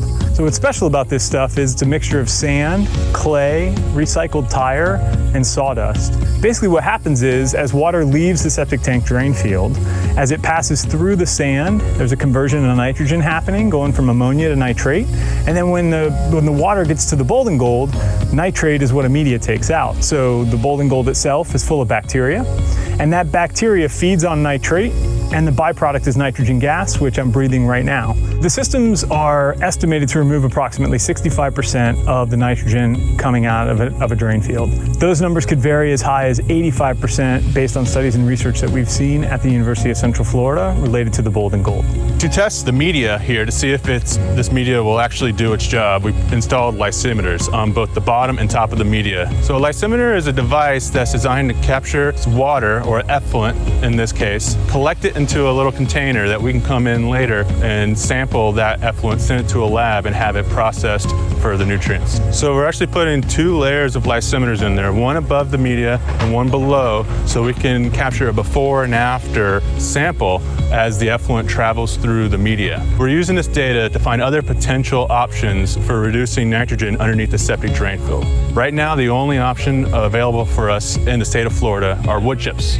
wood chips though will eventually rot, so they're not a permanent solution under a drain field. This Bold and Gold material, we use this with stormwater projects to process nutrients in those, and we know it's a longer lasting material. So the Department of Health has allowed us to do this experiment, and if successful, we can use it in other parts of the county and the state. So we're installing these drain fields in a partnership with Brevard County through the Save Our Indian River Lagoon Fund. What we're doing right now is we're analyzing these systems for 1 year to verify that they reduce the amount of nitrogen that needs to be reduced to be safe for the environment.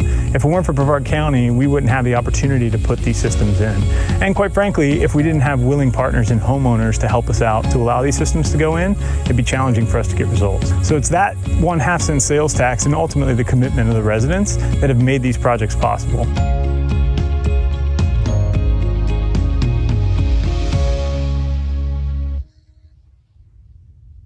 All right, and then next we have our Sylvan Estates septic sewer conversion project.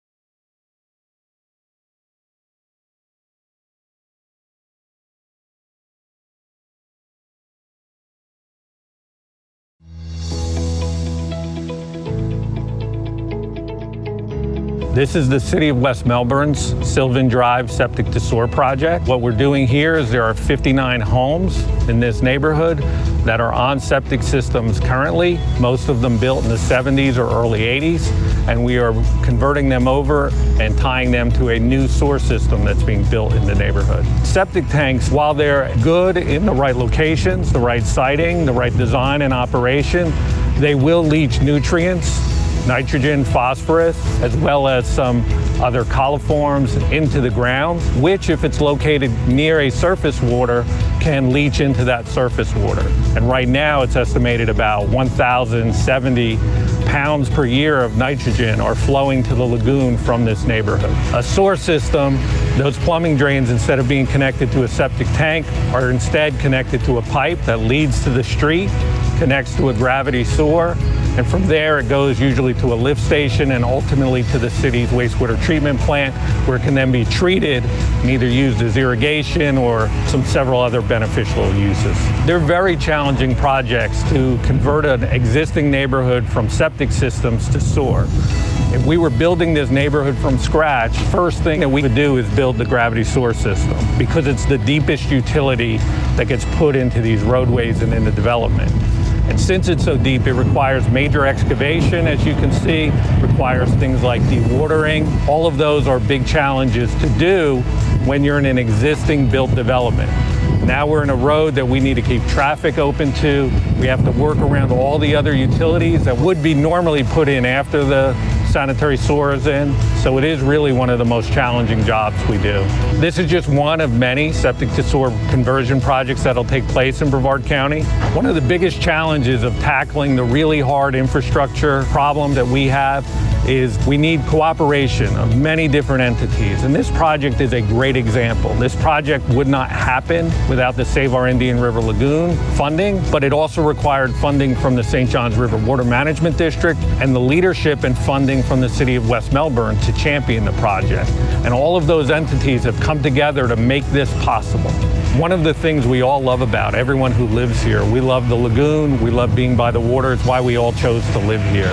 Anything that we can do to improve the water quality of that lagoon, not just for now, but for future generations, my children and their children, it's why we do these things. It's why we are in these professions.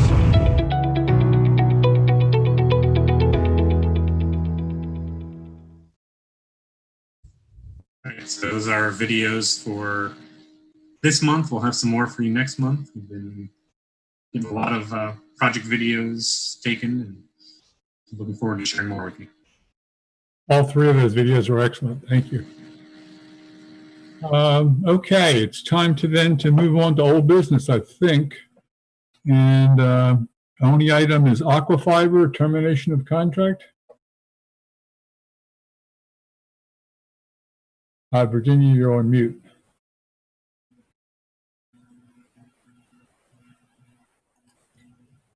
All right, can you hear me now? Yes, ma'am. Can you see my screen? Yes.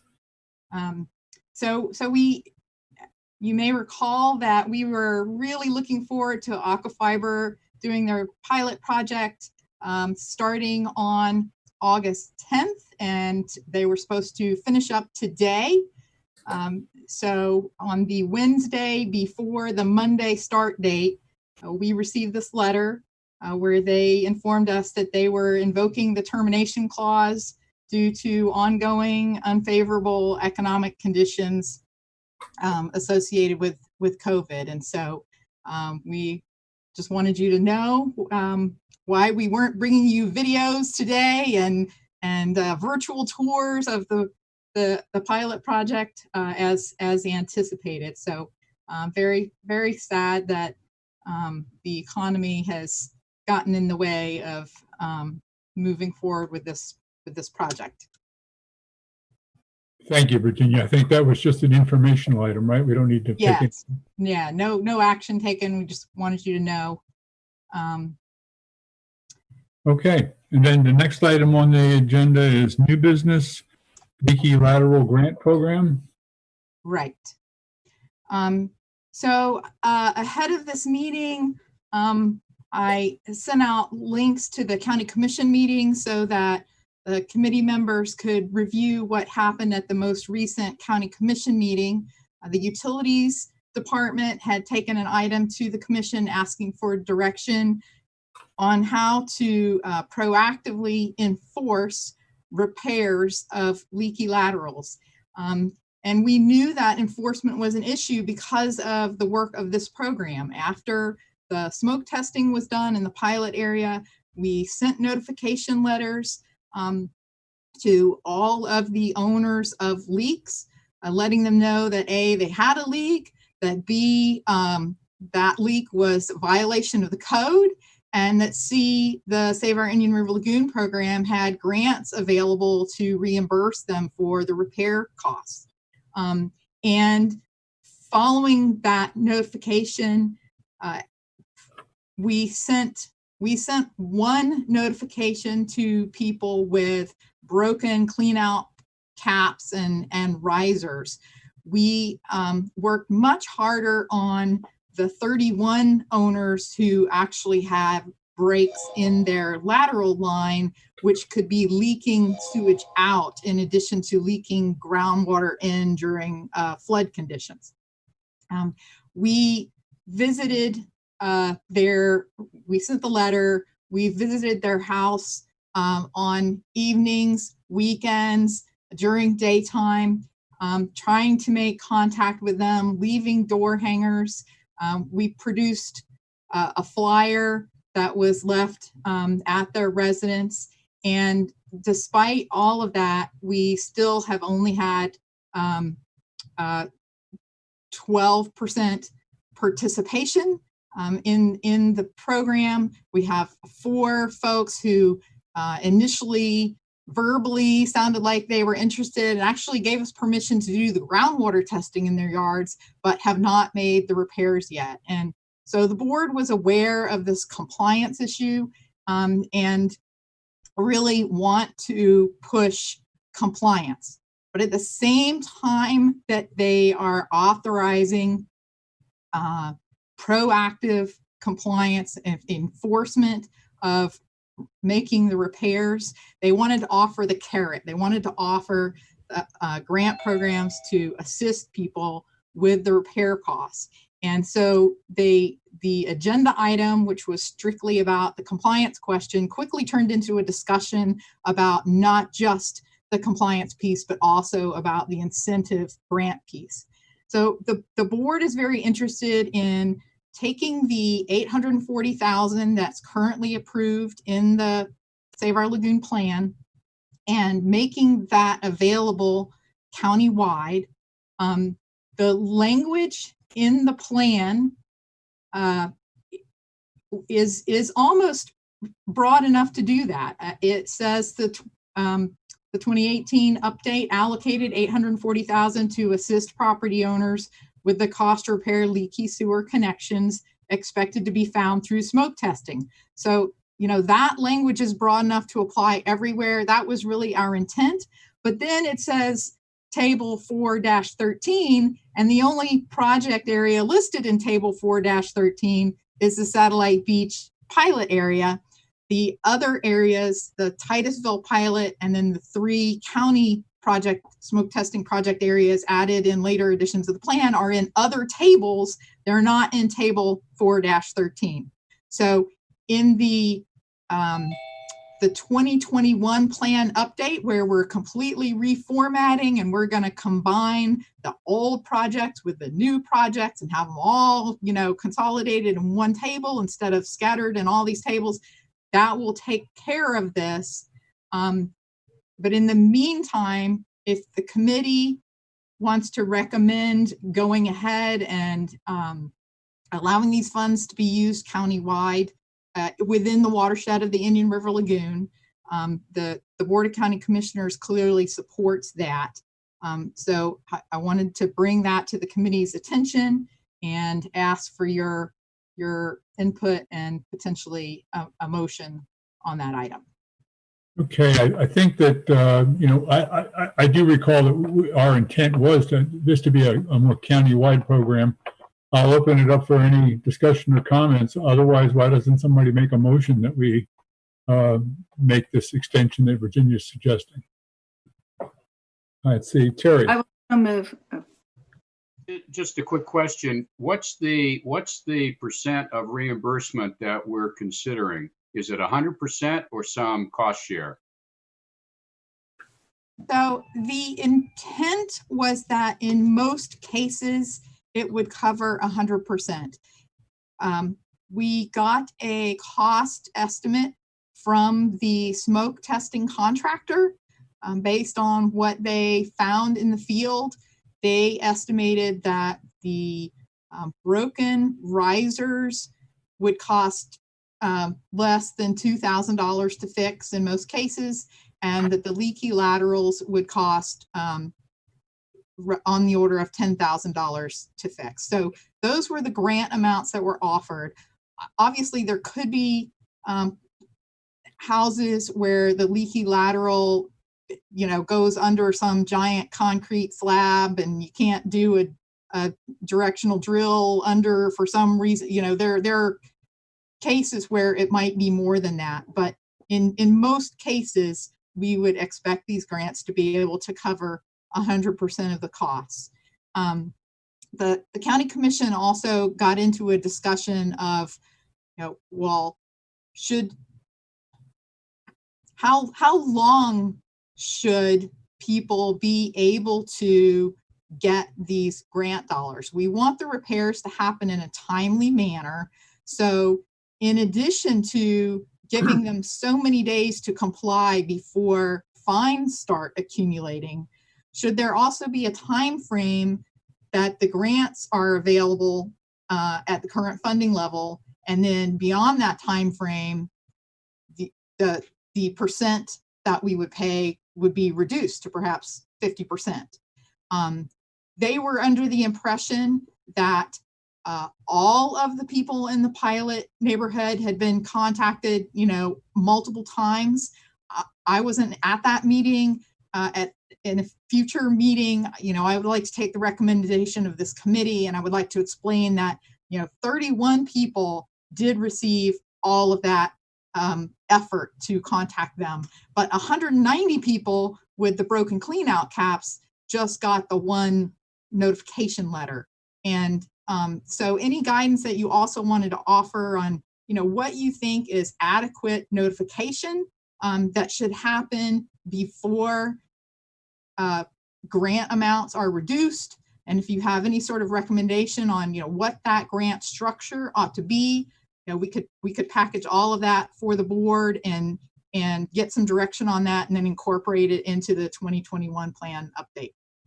Okay, but before going any farther, I think it would be easier going forward if we focus on the first part of the discussion on extending this to lagoon-wide Indian River Lagoon drainage basin, and then talk about any extensions, delays, or anything else, or anything else having to do with the financing of the program deal with that subsequently, just to make this discussion go quicker and easier. So, Terry, I didn't want to tell you, Casto, I didn't want to cut you off, but were you done? No, I'm done. Good recommendation, John. Thank you. So, Todd? Yeah, I guess just I get concerned. I'm very concerned about extending this countywide.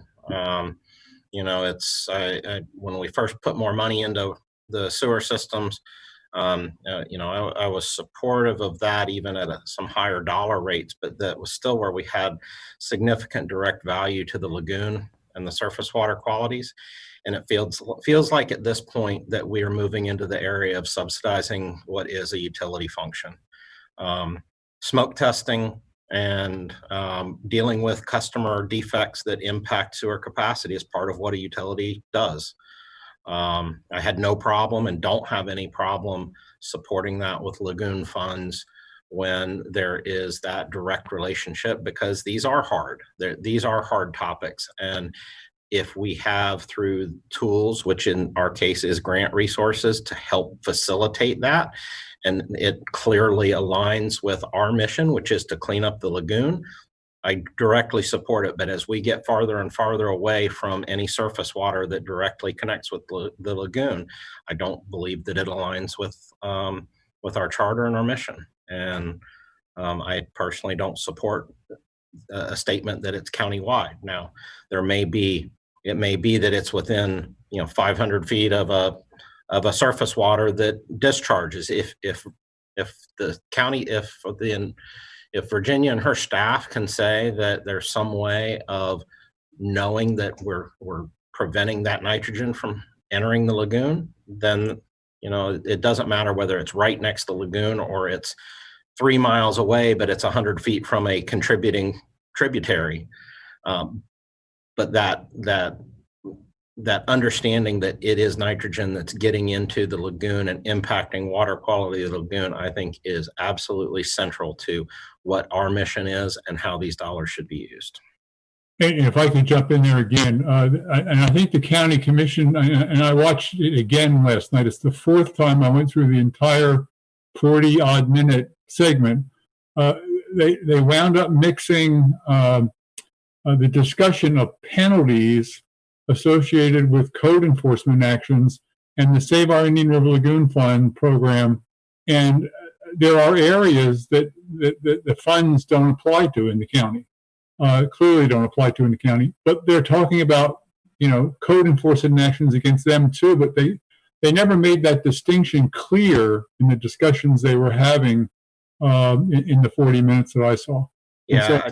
I observed the same thing, John, and I appreciate that, because it is their enforcement obligations have nothing to do with the lagoon. That is countywide and a utility function, and then the funding as a tool to prompt these improvements is a separate tool. Yes, good, Todd. Thank you. Stephanie. Yes, I agree with everything that Todd has said. I believe that to just extend this without thought to the rest of the county is not wise on our part, that it needs to be within areas that are going to directly impact the lagoon. And I believe that this was a reactive process to begin with because of what happened during the hurricane, and that certain county commissioners were, upset about the outflows that took place during the hurricane, that we all know were very, very small occurrences compared with some of the other projects, such as muck dredging, that has an ongoing daily effect on the lagoon and not storm-related impact. And so I think that we should rely on the individual utilities if they want to come back to us and say, we want to do something, would you help? Rather than just voluntarily extending it to the rest of the county. Thank you. Okay, Vinny? Yes. First off, I just wanted to remind everybody, and Jake, I saw you waving your hand, but you just raised your hand. the raise your hand button is under the participants button on the screen. So if you need to raise your hand, you can wave it on the screen, but I'm not sure John will see it. So if you click participants, there's either 3 dots or a raise hand button, and if you click that, that should raise the hand. But so got that. I just figured that out, Vinny. Thank you for so informing me. You're welcome, Jay. I lowered my hand again, so okay, I'm good. And so first off, so John, like you, I watched the county commission multiple times, cooked some popcorn up for the 3rd and 4th time, I think, and sat down and really dove in and enjoyed it. But I did want to thank the county commissioners for taking a strong approach, I think, to the code enforcement side. I think they're trying to get the point out that this is infecting the lagoon. So I'm really happy and thankful that they were so excited or jumped on the opportunity to really levy some serious fines. With that said, I had 2 questions. So Virginia, the money that we had set aside, and this was a pilot program that we originally set up to see how many leak laterals we had, to see what effect that was having on the lagoon. Now, was that money that we set aside for the smoke testing, or was that money set aside for grants to help people fix problems that were found? It was specifically for grants to help people fix the problems that were found. And separately, we used some of our respond money to monitor, to collect groundwater information before repairs were made. And 7 out of the 8 leaky lateral locations had indications in, high nutrient loading or bacterial levels that indicated that not only was groundwater leaking in during storm flood conditions, but sewage was leaking out when the water table was lower. Okay. And so just so in that case, and as Todd said, smoke testing is a function of the utility. So we're not paying for that function. What we're doing is we're offering to help homeowners who have a problem that is affecting the lagoon. Is that correct? Sort of. So after we got that data back, the 7 out of 8 were leaking out. The committee said, yes, we should consider smoke testing in additional areas to find where these leaks are and help get them cleaned up. And so Titusville applied for funding in 2019, and that was approved. And then this past iteration, the 2020 plan, the county submitted 5 requests. The committee recommended funding 3 out of those 5. They're all in areas that would overflow to the lagoon if excess I&I is leaking into the pipes, and where the groundwater, if they're leaking out, that groundwater is flowing to the lagoon. Okay, so in the latest approved projects, we did approve to pay for the testing, not just for the grant repair. Is that correct? Okay, and then just for put numbers into I guess vision. So if it's a $10,000 estimated for a leaky lateral, and we're talking $840,000, we're talking about 80 repairs, possibly. Is my math correct? Yes. Is Crystal still on? Crystal, is my math correct? Okay. All right. Those are my questions. Thank you. But what we have found, and Anthony has more detail, but a lot of people, once they realized what the issue was, they realized that they could just, cut off that broken section of riser pipe and go to Home Depot and buy a coupler and a, short section of pipe and some PVC cement. And for, $40, they had fixed their problem. And so many people just made that repair and said, for $40, I don't need your grant. I don't need the hassle of all the, reimbursement paperwork. I fixed it. Well, and so I do like the fact that you guys have the plumber option. I know we talked about that earlier, but I think some homeowners may be really strapped for cash to lay that out, especially if it's $10,000 for a leaky lateral. So to be able to pay the county correctly as an option, the homeowner still has the option to go get their own plumber and get reimbursed. but to have that option, I think is really good, and will encourage people. So then it sounds like the original question that you asked about us giving recommendation to extend it to the rest of the county, we've already approved projects that do extend it to the rest of the county. Is that correct? We've approved the smoke testing, and I think the committee's intent was that once that smoke testing was done and problems were found, that we would allow this money, this $840,000, to be tapped on a first come, first served basis in all of those areas. It just, the way the plan was put together, it's not clear whether that was the case or not. Okay, well, I have a motion, but I'll wait because I know there's some other people with hands up. Thank you. Lorraine. Okay, can you hear me? Ma'am. Okay. Well, first of all, second what Vinny said, I would like to commend the county commissioners for considering enforcement. So that in itself was good. But I was wondering, as a way of designing this, could we consider and can we easily define the Indian River Lagoon watershed as the area within the county that would be eligible for funds versus a whole county? That was the board's intent, I believe, in their motion. It was a bit, we may be able to, improve on that language, but the county manager interjected and said, you understand, we can't use the Save Our Indian River Lagoon grant funds for the portion of the county that is draining and in the watershed impacting the St. Johns River. And, the board said, yeah, that's what we meant. So, and can you remind me what percentage of the county that is that's actually in the watershed? I'm not sure we've ever done the calculation. So I know in Cocoa, it's the other lagoon, in the north part of the lagoon, the dividing line is really, the top of the ridge near US 1. And then in the south part of the lagoon, down at Crane Creek and O'Galley River and the C1 Melbourne Tillman, it goes way, way west. Okay. Okay, thank you. Okay, David?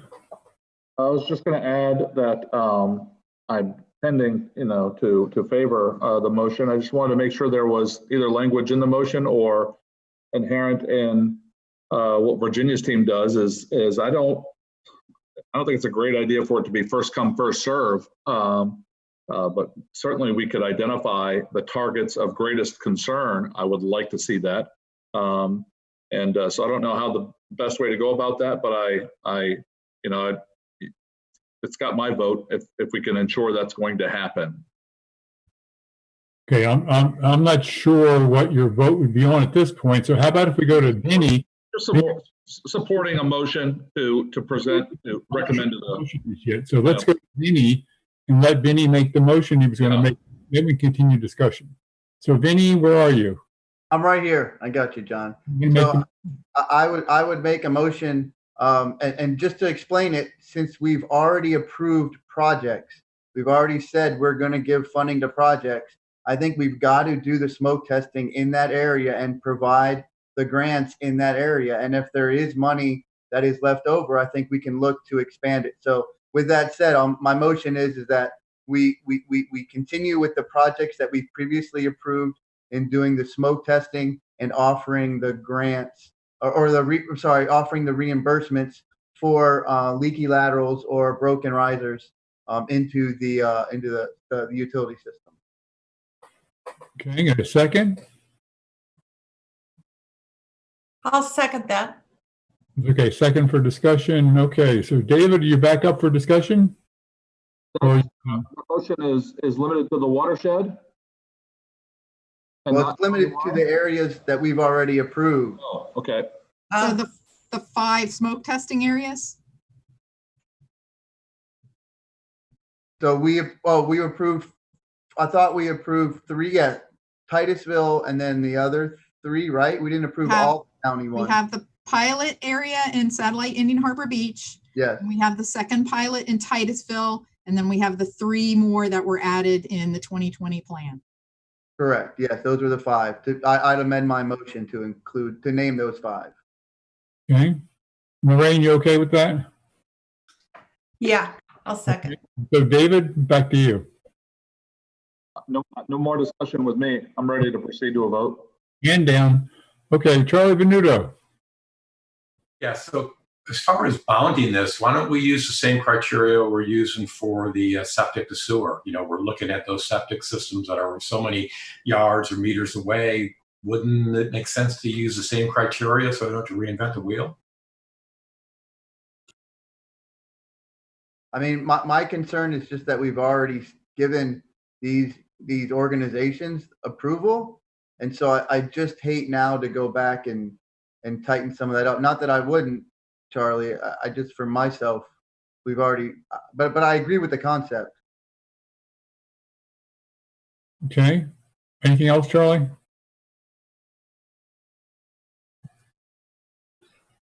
Okay. Lorraine, are you? Yeah, since I've still got my hand raised, Yeah. let me make one comment. So I mean, Charlie brings up a good point. If a utility, without even the help of the Sorrel funds, were willing to do some smoke testing and discovered there were issues that they suspected anyway, those citizens would not have access to the funds, right, under this motion that I just seconded.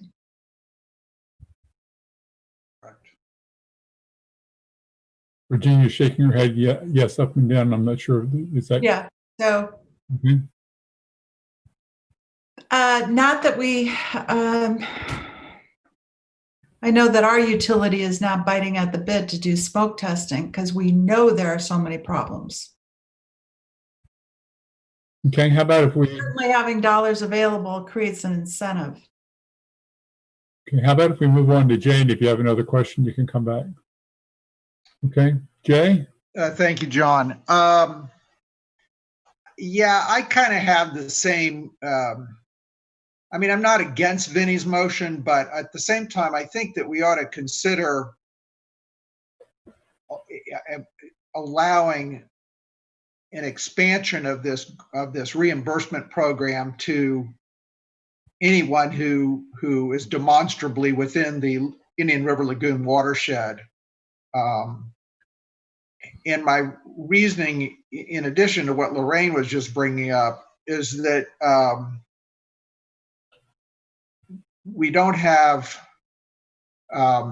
or it seems like the people who are in the 5 areas where we've already done the smoke testing have not, and I don't know, Virginia, maybe there's more widespread, but they haven't taken advantage of this program.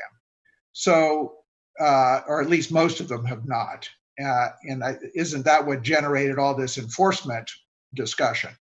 And if that is, in fact, if I'm understanding that correctly, then what's the point of limiting these reimbursement funds to just those people who already are not taking advantage of it? I think we ought to expand it out to people who are, you know, and again, it's first come, first serve.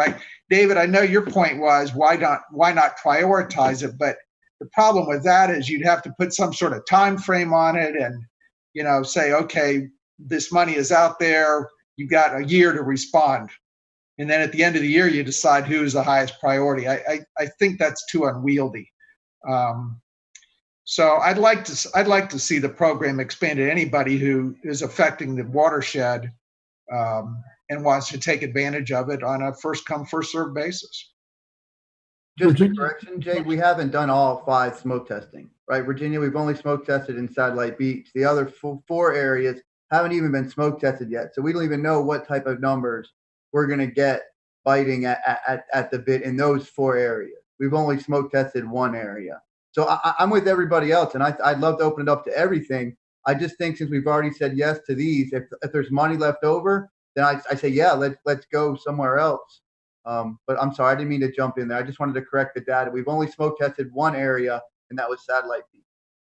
Okay. Thank you, Benny, because I didn't realize that was the only thing that had been completed so far. But even if that's the case, if we're still going to do the others, then they have an advantage on first come, first serve. They'll be the first ones to know they've got an issue. Let them jump in and get the money.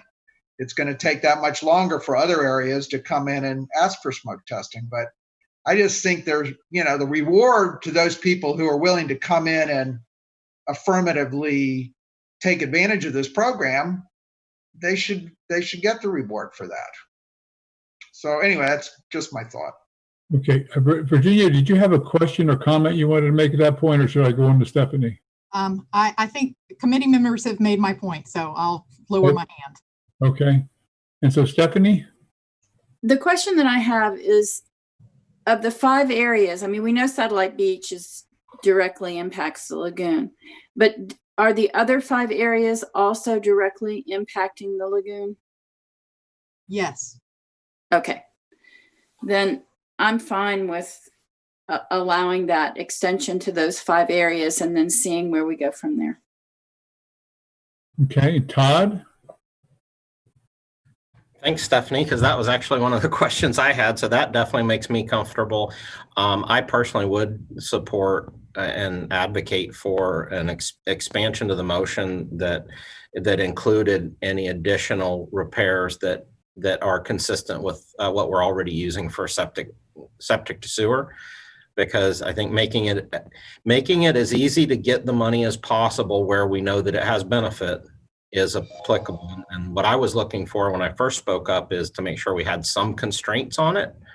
And if you apply criteria we're already using, I think that's a great expansion of the motion. And that way utilities can be proactive to go smoke test on their own and know that there's potentially dollars available if they can demonstrate that they're putting that to work where the benefit to the lagoon occurs. So I'm not sure on Robert's rules who would propose that amendment, but I would propose an amendment to the motion that to add to make it additional repairs eligible if they are consistent with our criteria that we use for septic to sewer conversions, as far as distance from the lagoon or contributing water bodies. Okay, Vinny, are you okay with adding that to your motion? Yeah, I'm just in my head. And Todd, I'm with you and I'm with everybody else. One of the things that caught me with the county commission meeting is they mentioned that they wanted to use this wherever their utility was.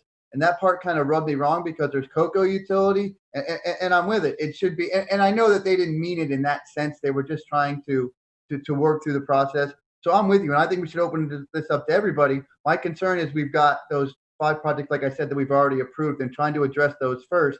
But if we said the same criteria, so one of them is Titusville, one of them is South Beaches, so that's on the Barrier Island, one of them is Merritt Island. So I think all these areas are within the, 50 or 500 feet from the lagoon. So if we did say using the rules that we set up for septic, I just would want to understand the effect that I'm having by applying that exception.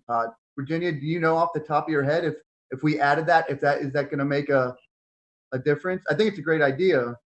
So it's a little hard to do exactly that because for the septic to sewer selection, it's based on the arc inlet modeling of every individual septic tank, and then looking at where there are clusters of those highest loading tanks, and it's feasible to extend a sewer service to that location, right? So in Grant Valcaria, there's clusters of septic systems in, close to the water table, close to Goat Creek, but there's no sewer system to viably connect them to, so they're not selected. We also have the septic overlay, which is maybe more formulaic, like your discussion is considering, where within, all of the Barrier Island, all of Merritt Island, within 60 meters of a directly connected waterway on the mainland, or 40 meters, within 40 meters of the Melbourne-Tillman drainage canal system, right? Those are all areas where if they are applying for a new septic system or replacing their old septic system, then they have to put in an advanced nitrogen removing system. I would agree with Jay's comment about, you know, any sort of area prioritization is going to be quite unwieldy for staff to, you know, explain and justify. You're going to have people where the house is in, but the septic tank or the connection to the where the leak is the other side of the yard and out, and, you know, do we include that or not? So I think if it's in the Indian River Lagoon watershed, the wastewater treatment plant overflows to the watershed. So the Vieira area, right? The wastewater treatment plant discharges to the St. Johns River. So, you know, that would not be included. From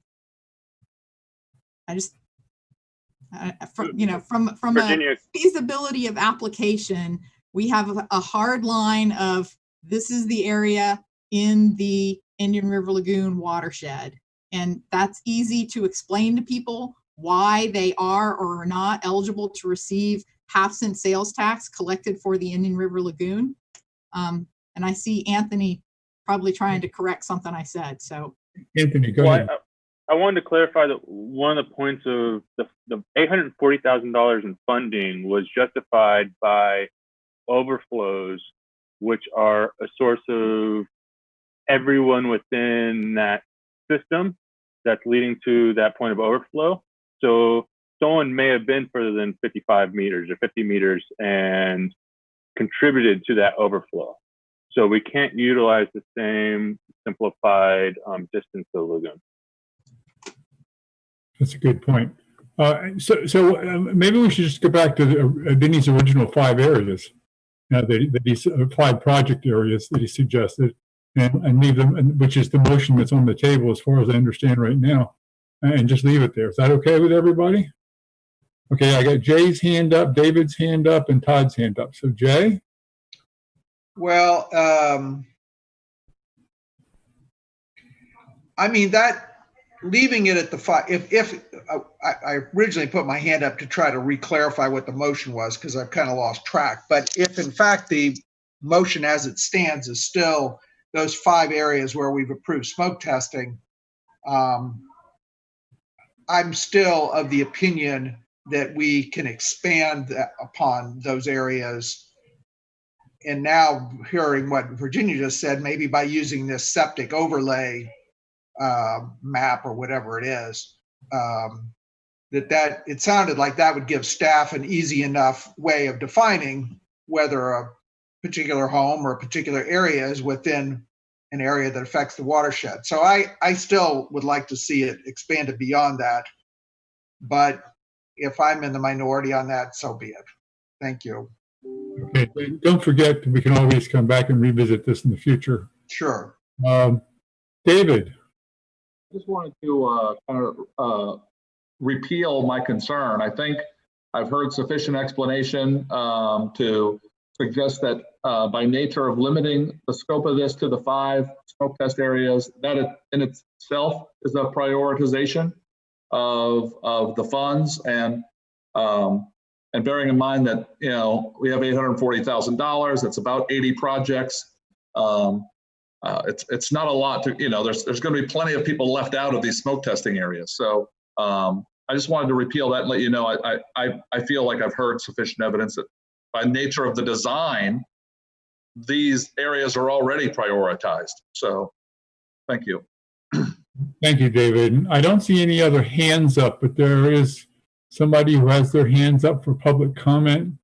So I think I need to move to the public comment area for a moment. All right, so I'm going to move over to the attendee list. And now there's nobody with their hand up. So I guess the hands are down in the public comment area. And we'll go back to the motion that's on the table. just to make it clear, just in case there's anybody who's not going to vote in favor of this, maybe, Carol, maybe we should do a roll call vote. What do you think? And you want me just to call down the list and you record them as I call them? Yeah, that would be fine. Okay. And so Lorraine Koss.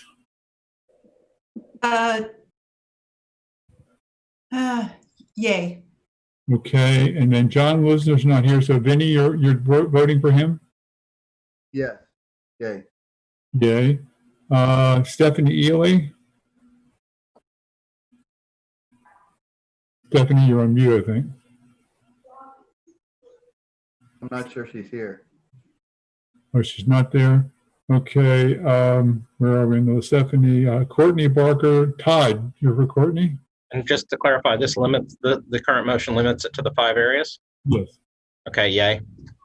And then Jay Moynihan. I vote no. Okay, and I vote aye. And by my count, the motion passes. I vote, yes. Don't I? Oh, David, did we miss you? Yes. I vote yes. Okay. That's why you should have somebody else calling the roll. Okay, so we're done with that portion of it. Now the other part of this was the discussion. What was it? The time, the notice, the time that the people had to respond to this application, and one of the concerns I had in this entire process is that the Save Our Indian River Lagoon Citizens Oversight Committee is being drawn into a discussion on issues that are involving code enforcement and those sorts of things. So I'm not eager to discuss things about what penalties should be imposed or anything like that. I think that we should just limit the discussion to the amount of time. And yeah, I see Virginia holding her finger. I'd like to make a motion to extend the meeting another 20 minutes. I would not like to accept that motion, but I have to. Second.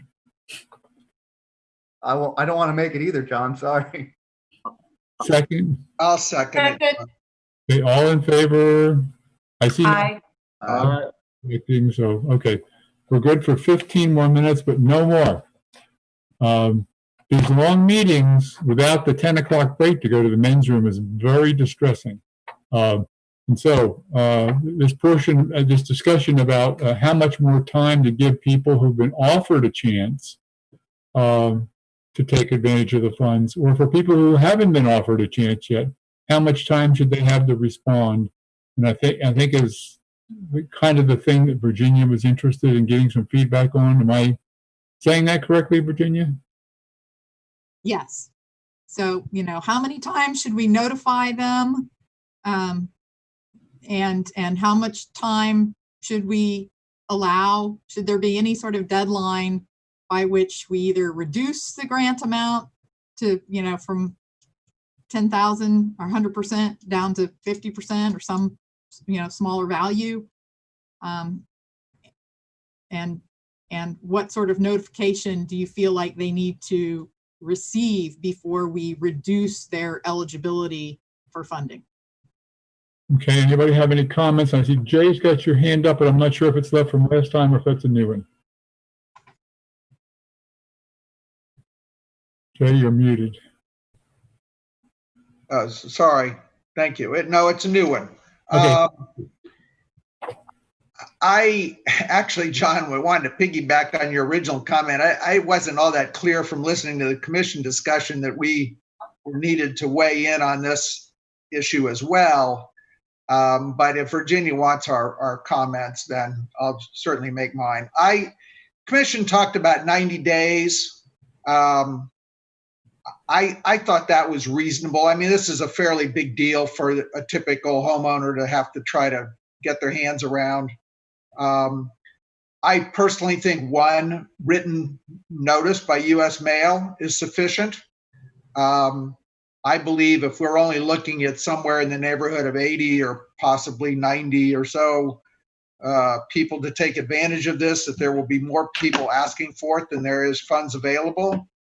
And therefore, going back to the first come, first serve rationale, they've been given notice. I mean, by in writing.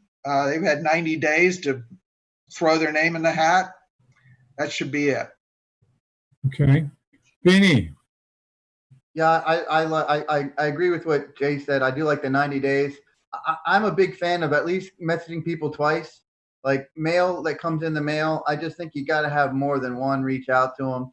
I do think this is a logistics thing, but I think our conversation earlier about wanting to expand this project, I'm cool. You know, let the grant amount go down, let people lose the option, you know, because then that's going to allow us to expand it to other areas that we've talked about. So I think my concern is making sure the money is going to get used.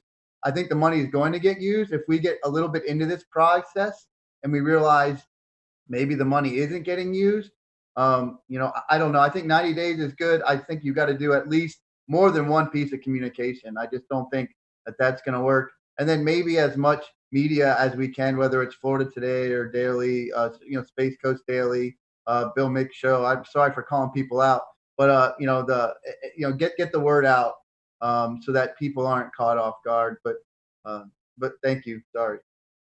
Okay. Any other comments on this?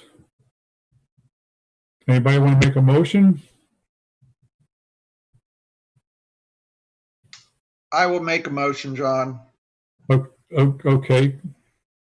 I would move that our committee report to Virginia, who can then pass on our comments to the commission, that we advise them that we believe that a 90-day notification period would be adequate, that we reach out with 2 letters, one at the beginning and one halfway through, and that whatever information can be put on social media or otherwise to make people aware that this program's out there, that be implemented as well.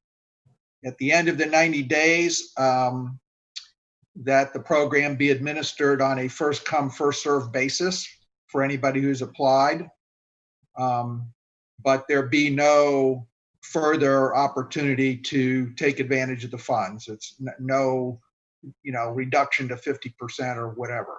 It's if they don't respond to those 90 days, they're out of the program. And if we have money left over, we'll expand it to other people.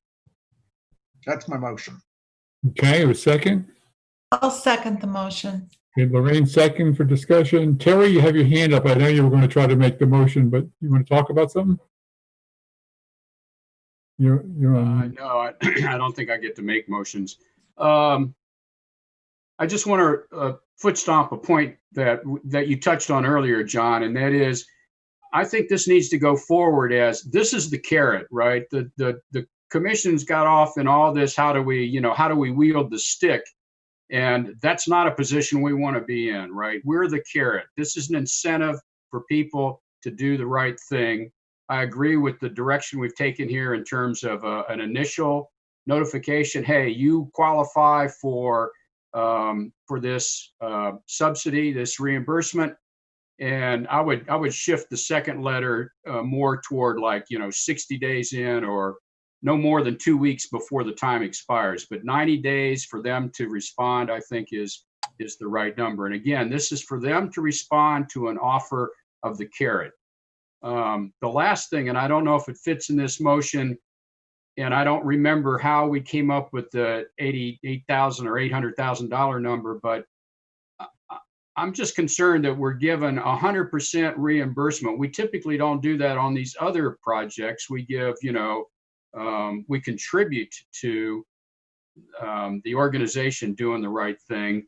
So I just suggest or question whether there's a worthwhile discussion on having something more like, an 80% or whatever the right number might be, something less than 100%. The homeowner, in my opinion, should have some skin in the game. That's it. Okay. Any other discussions on the motion? Okay, I don't see it. Oops, Vinny. Okay, Vinny. I went back and forth over the penalty, over cutting the reimbursement amount to 50 or 0, and I think it is a tougher decision, splitting hairs.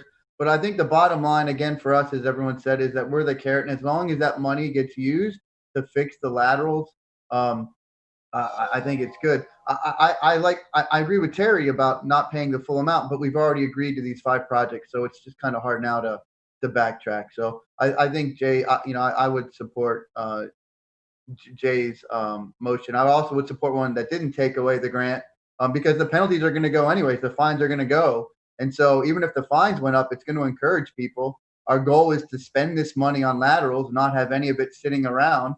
So if somebody realized they were getting a fine, oh, wait, I can stop the fine and have my lateral fixed. Okay, I'm going to do that right away. For me, it's just the expediency of getting it done and making sure the money gets spent. But I would still support your amendment, your motion, sorry. Anybody else with discussion? So if not, can we, let's see, how about all those who are opposed to the motion say no, raise their hands. Oh, wait a minute, we've got to have public comment on this, don't we? Yeah, but I don't see any hands up. Yeah, I don't see. If you want to pause and wait a few seconds to see if some hands go up. Yeah. So while we're pausing to see if hands go up, Virginia, I think if you could relay the message, I think from the committee that we're far more supportive of measures to get people to take care of the problem rather than trying to penalize people. We are, we're on the carrot side. Yeah, and I appreciate the comments from the committee. I want to yes, enforcement is clearly the authority of the county commissioners. The authority of the Citizen Oversight Committee is about the allocation of the half-cent sales tax. It's about the grant. So your recommendation is not how many days notice should people have before the board starts going after fines or, whatever. It's about how the grant program is structured, how many dollars are available, who are they available to, how long are they available. Okay, so nobody else raised their hand. So does anybody want to vote no against this? Okay, I don't see any no's. So in that case, this passes unanimously.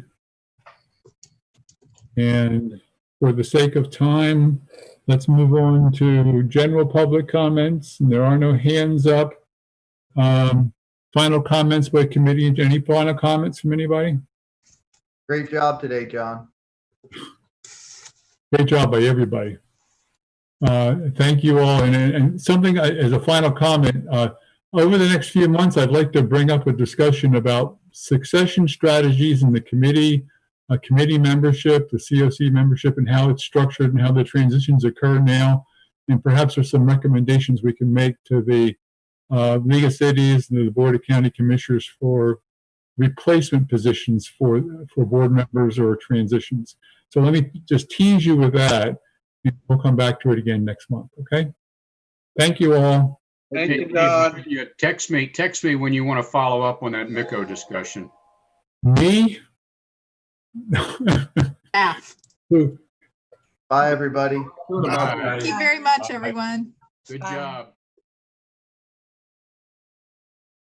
The opinions expressed by any member of the public during any period of public comment do not necessarily reflect the views or opinions of the Board of County Commissioners of Brevard County, Florida, Space Coast Government Television, or the program sponsor, and are solely those of the presenter. The Board of County Commissioners of Brevard County, Florida, Space Coast Government Television, and the program sponsor hereby expressly disclaim any and all responsibility or liability for any defamatory or slanderous statements expressed by any member of the public during any such period.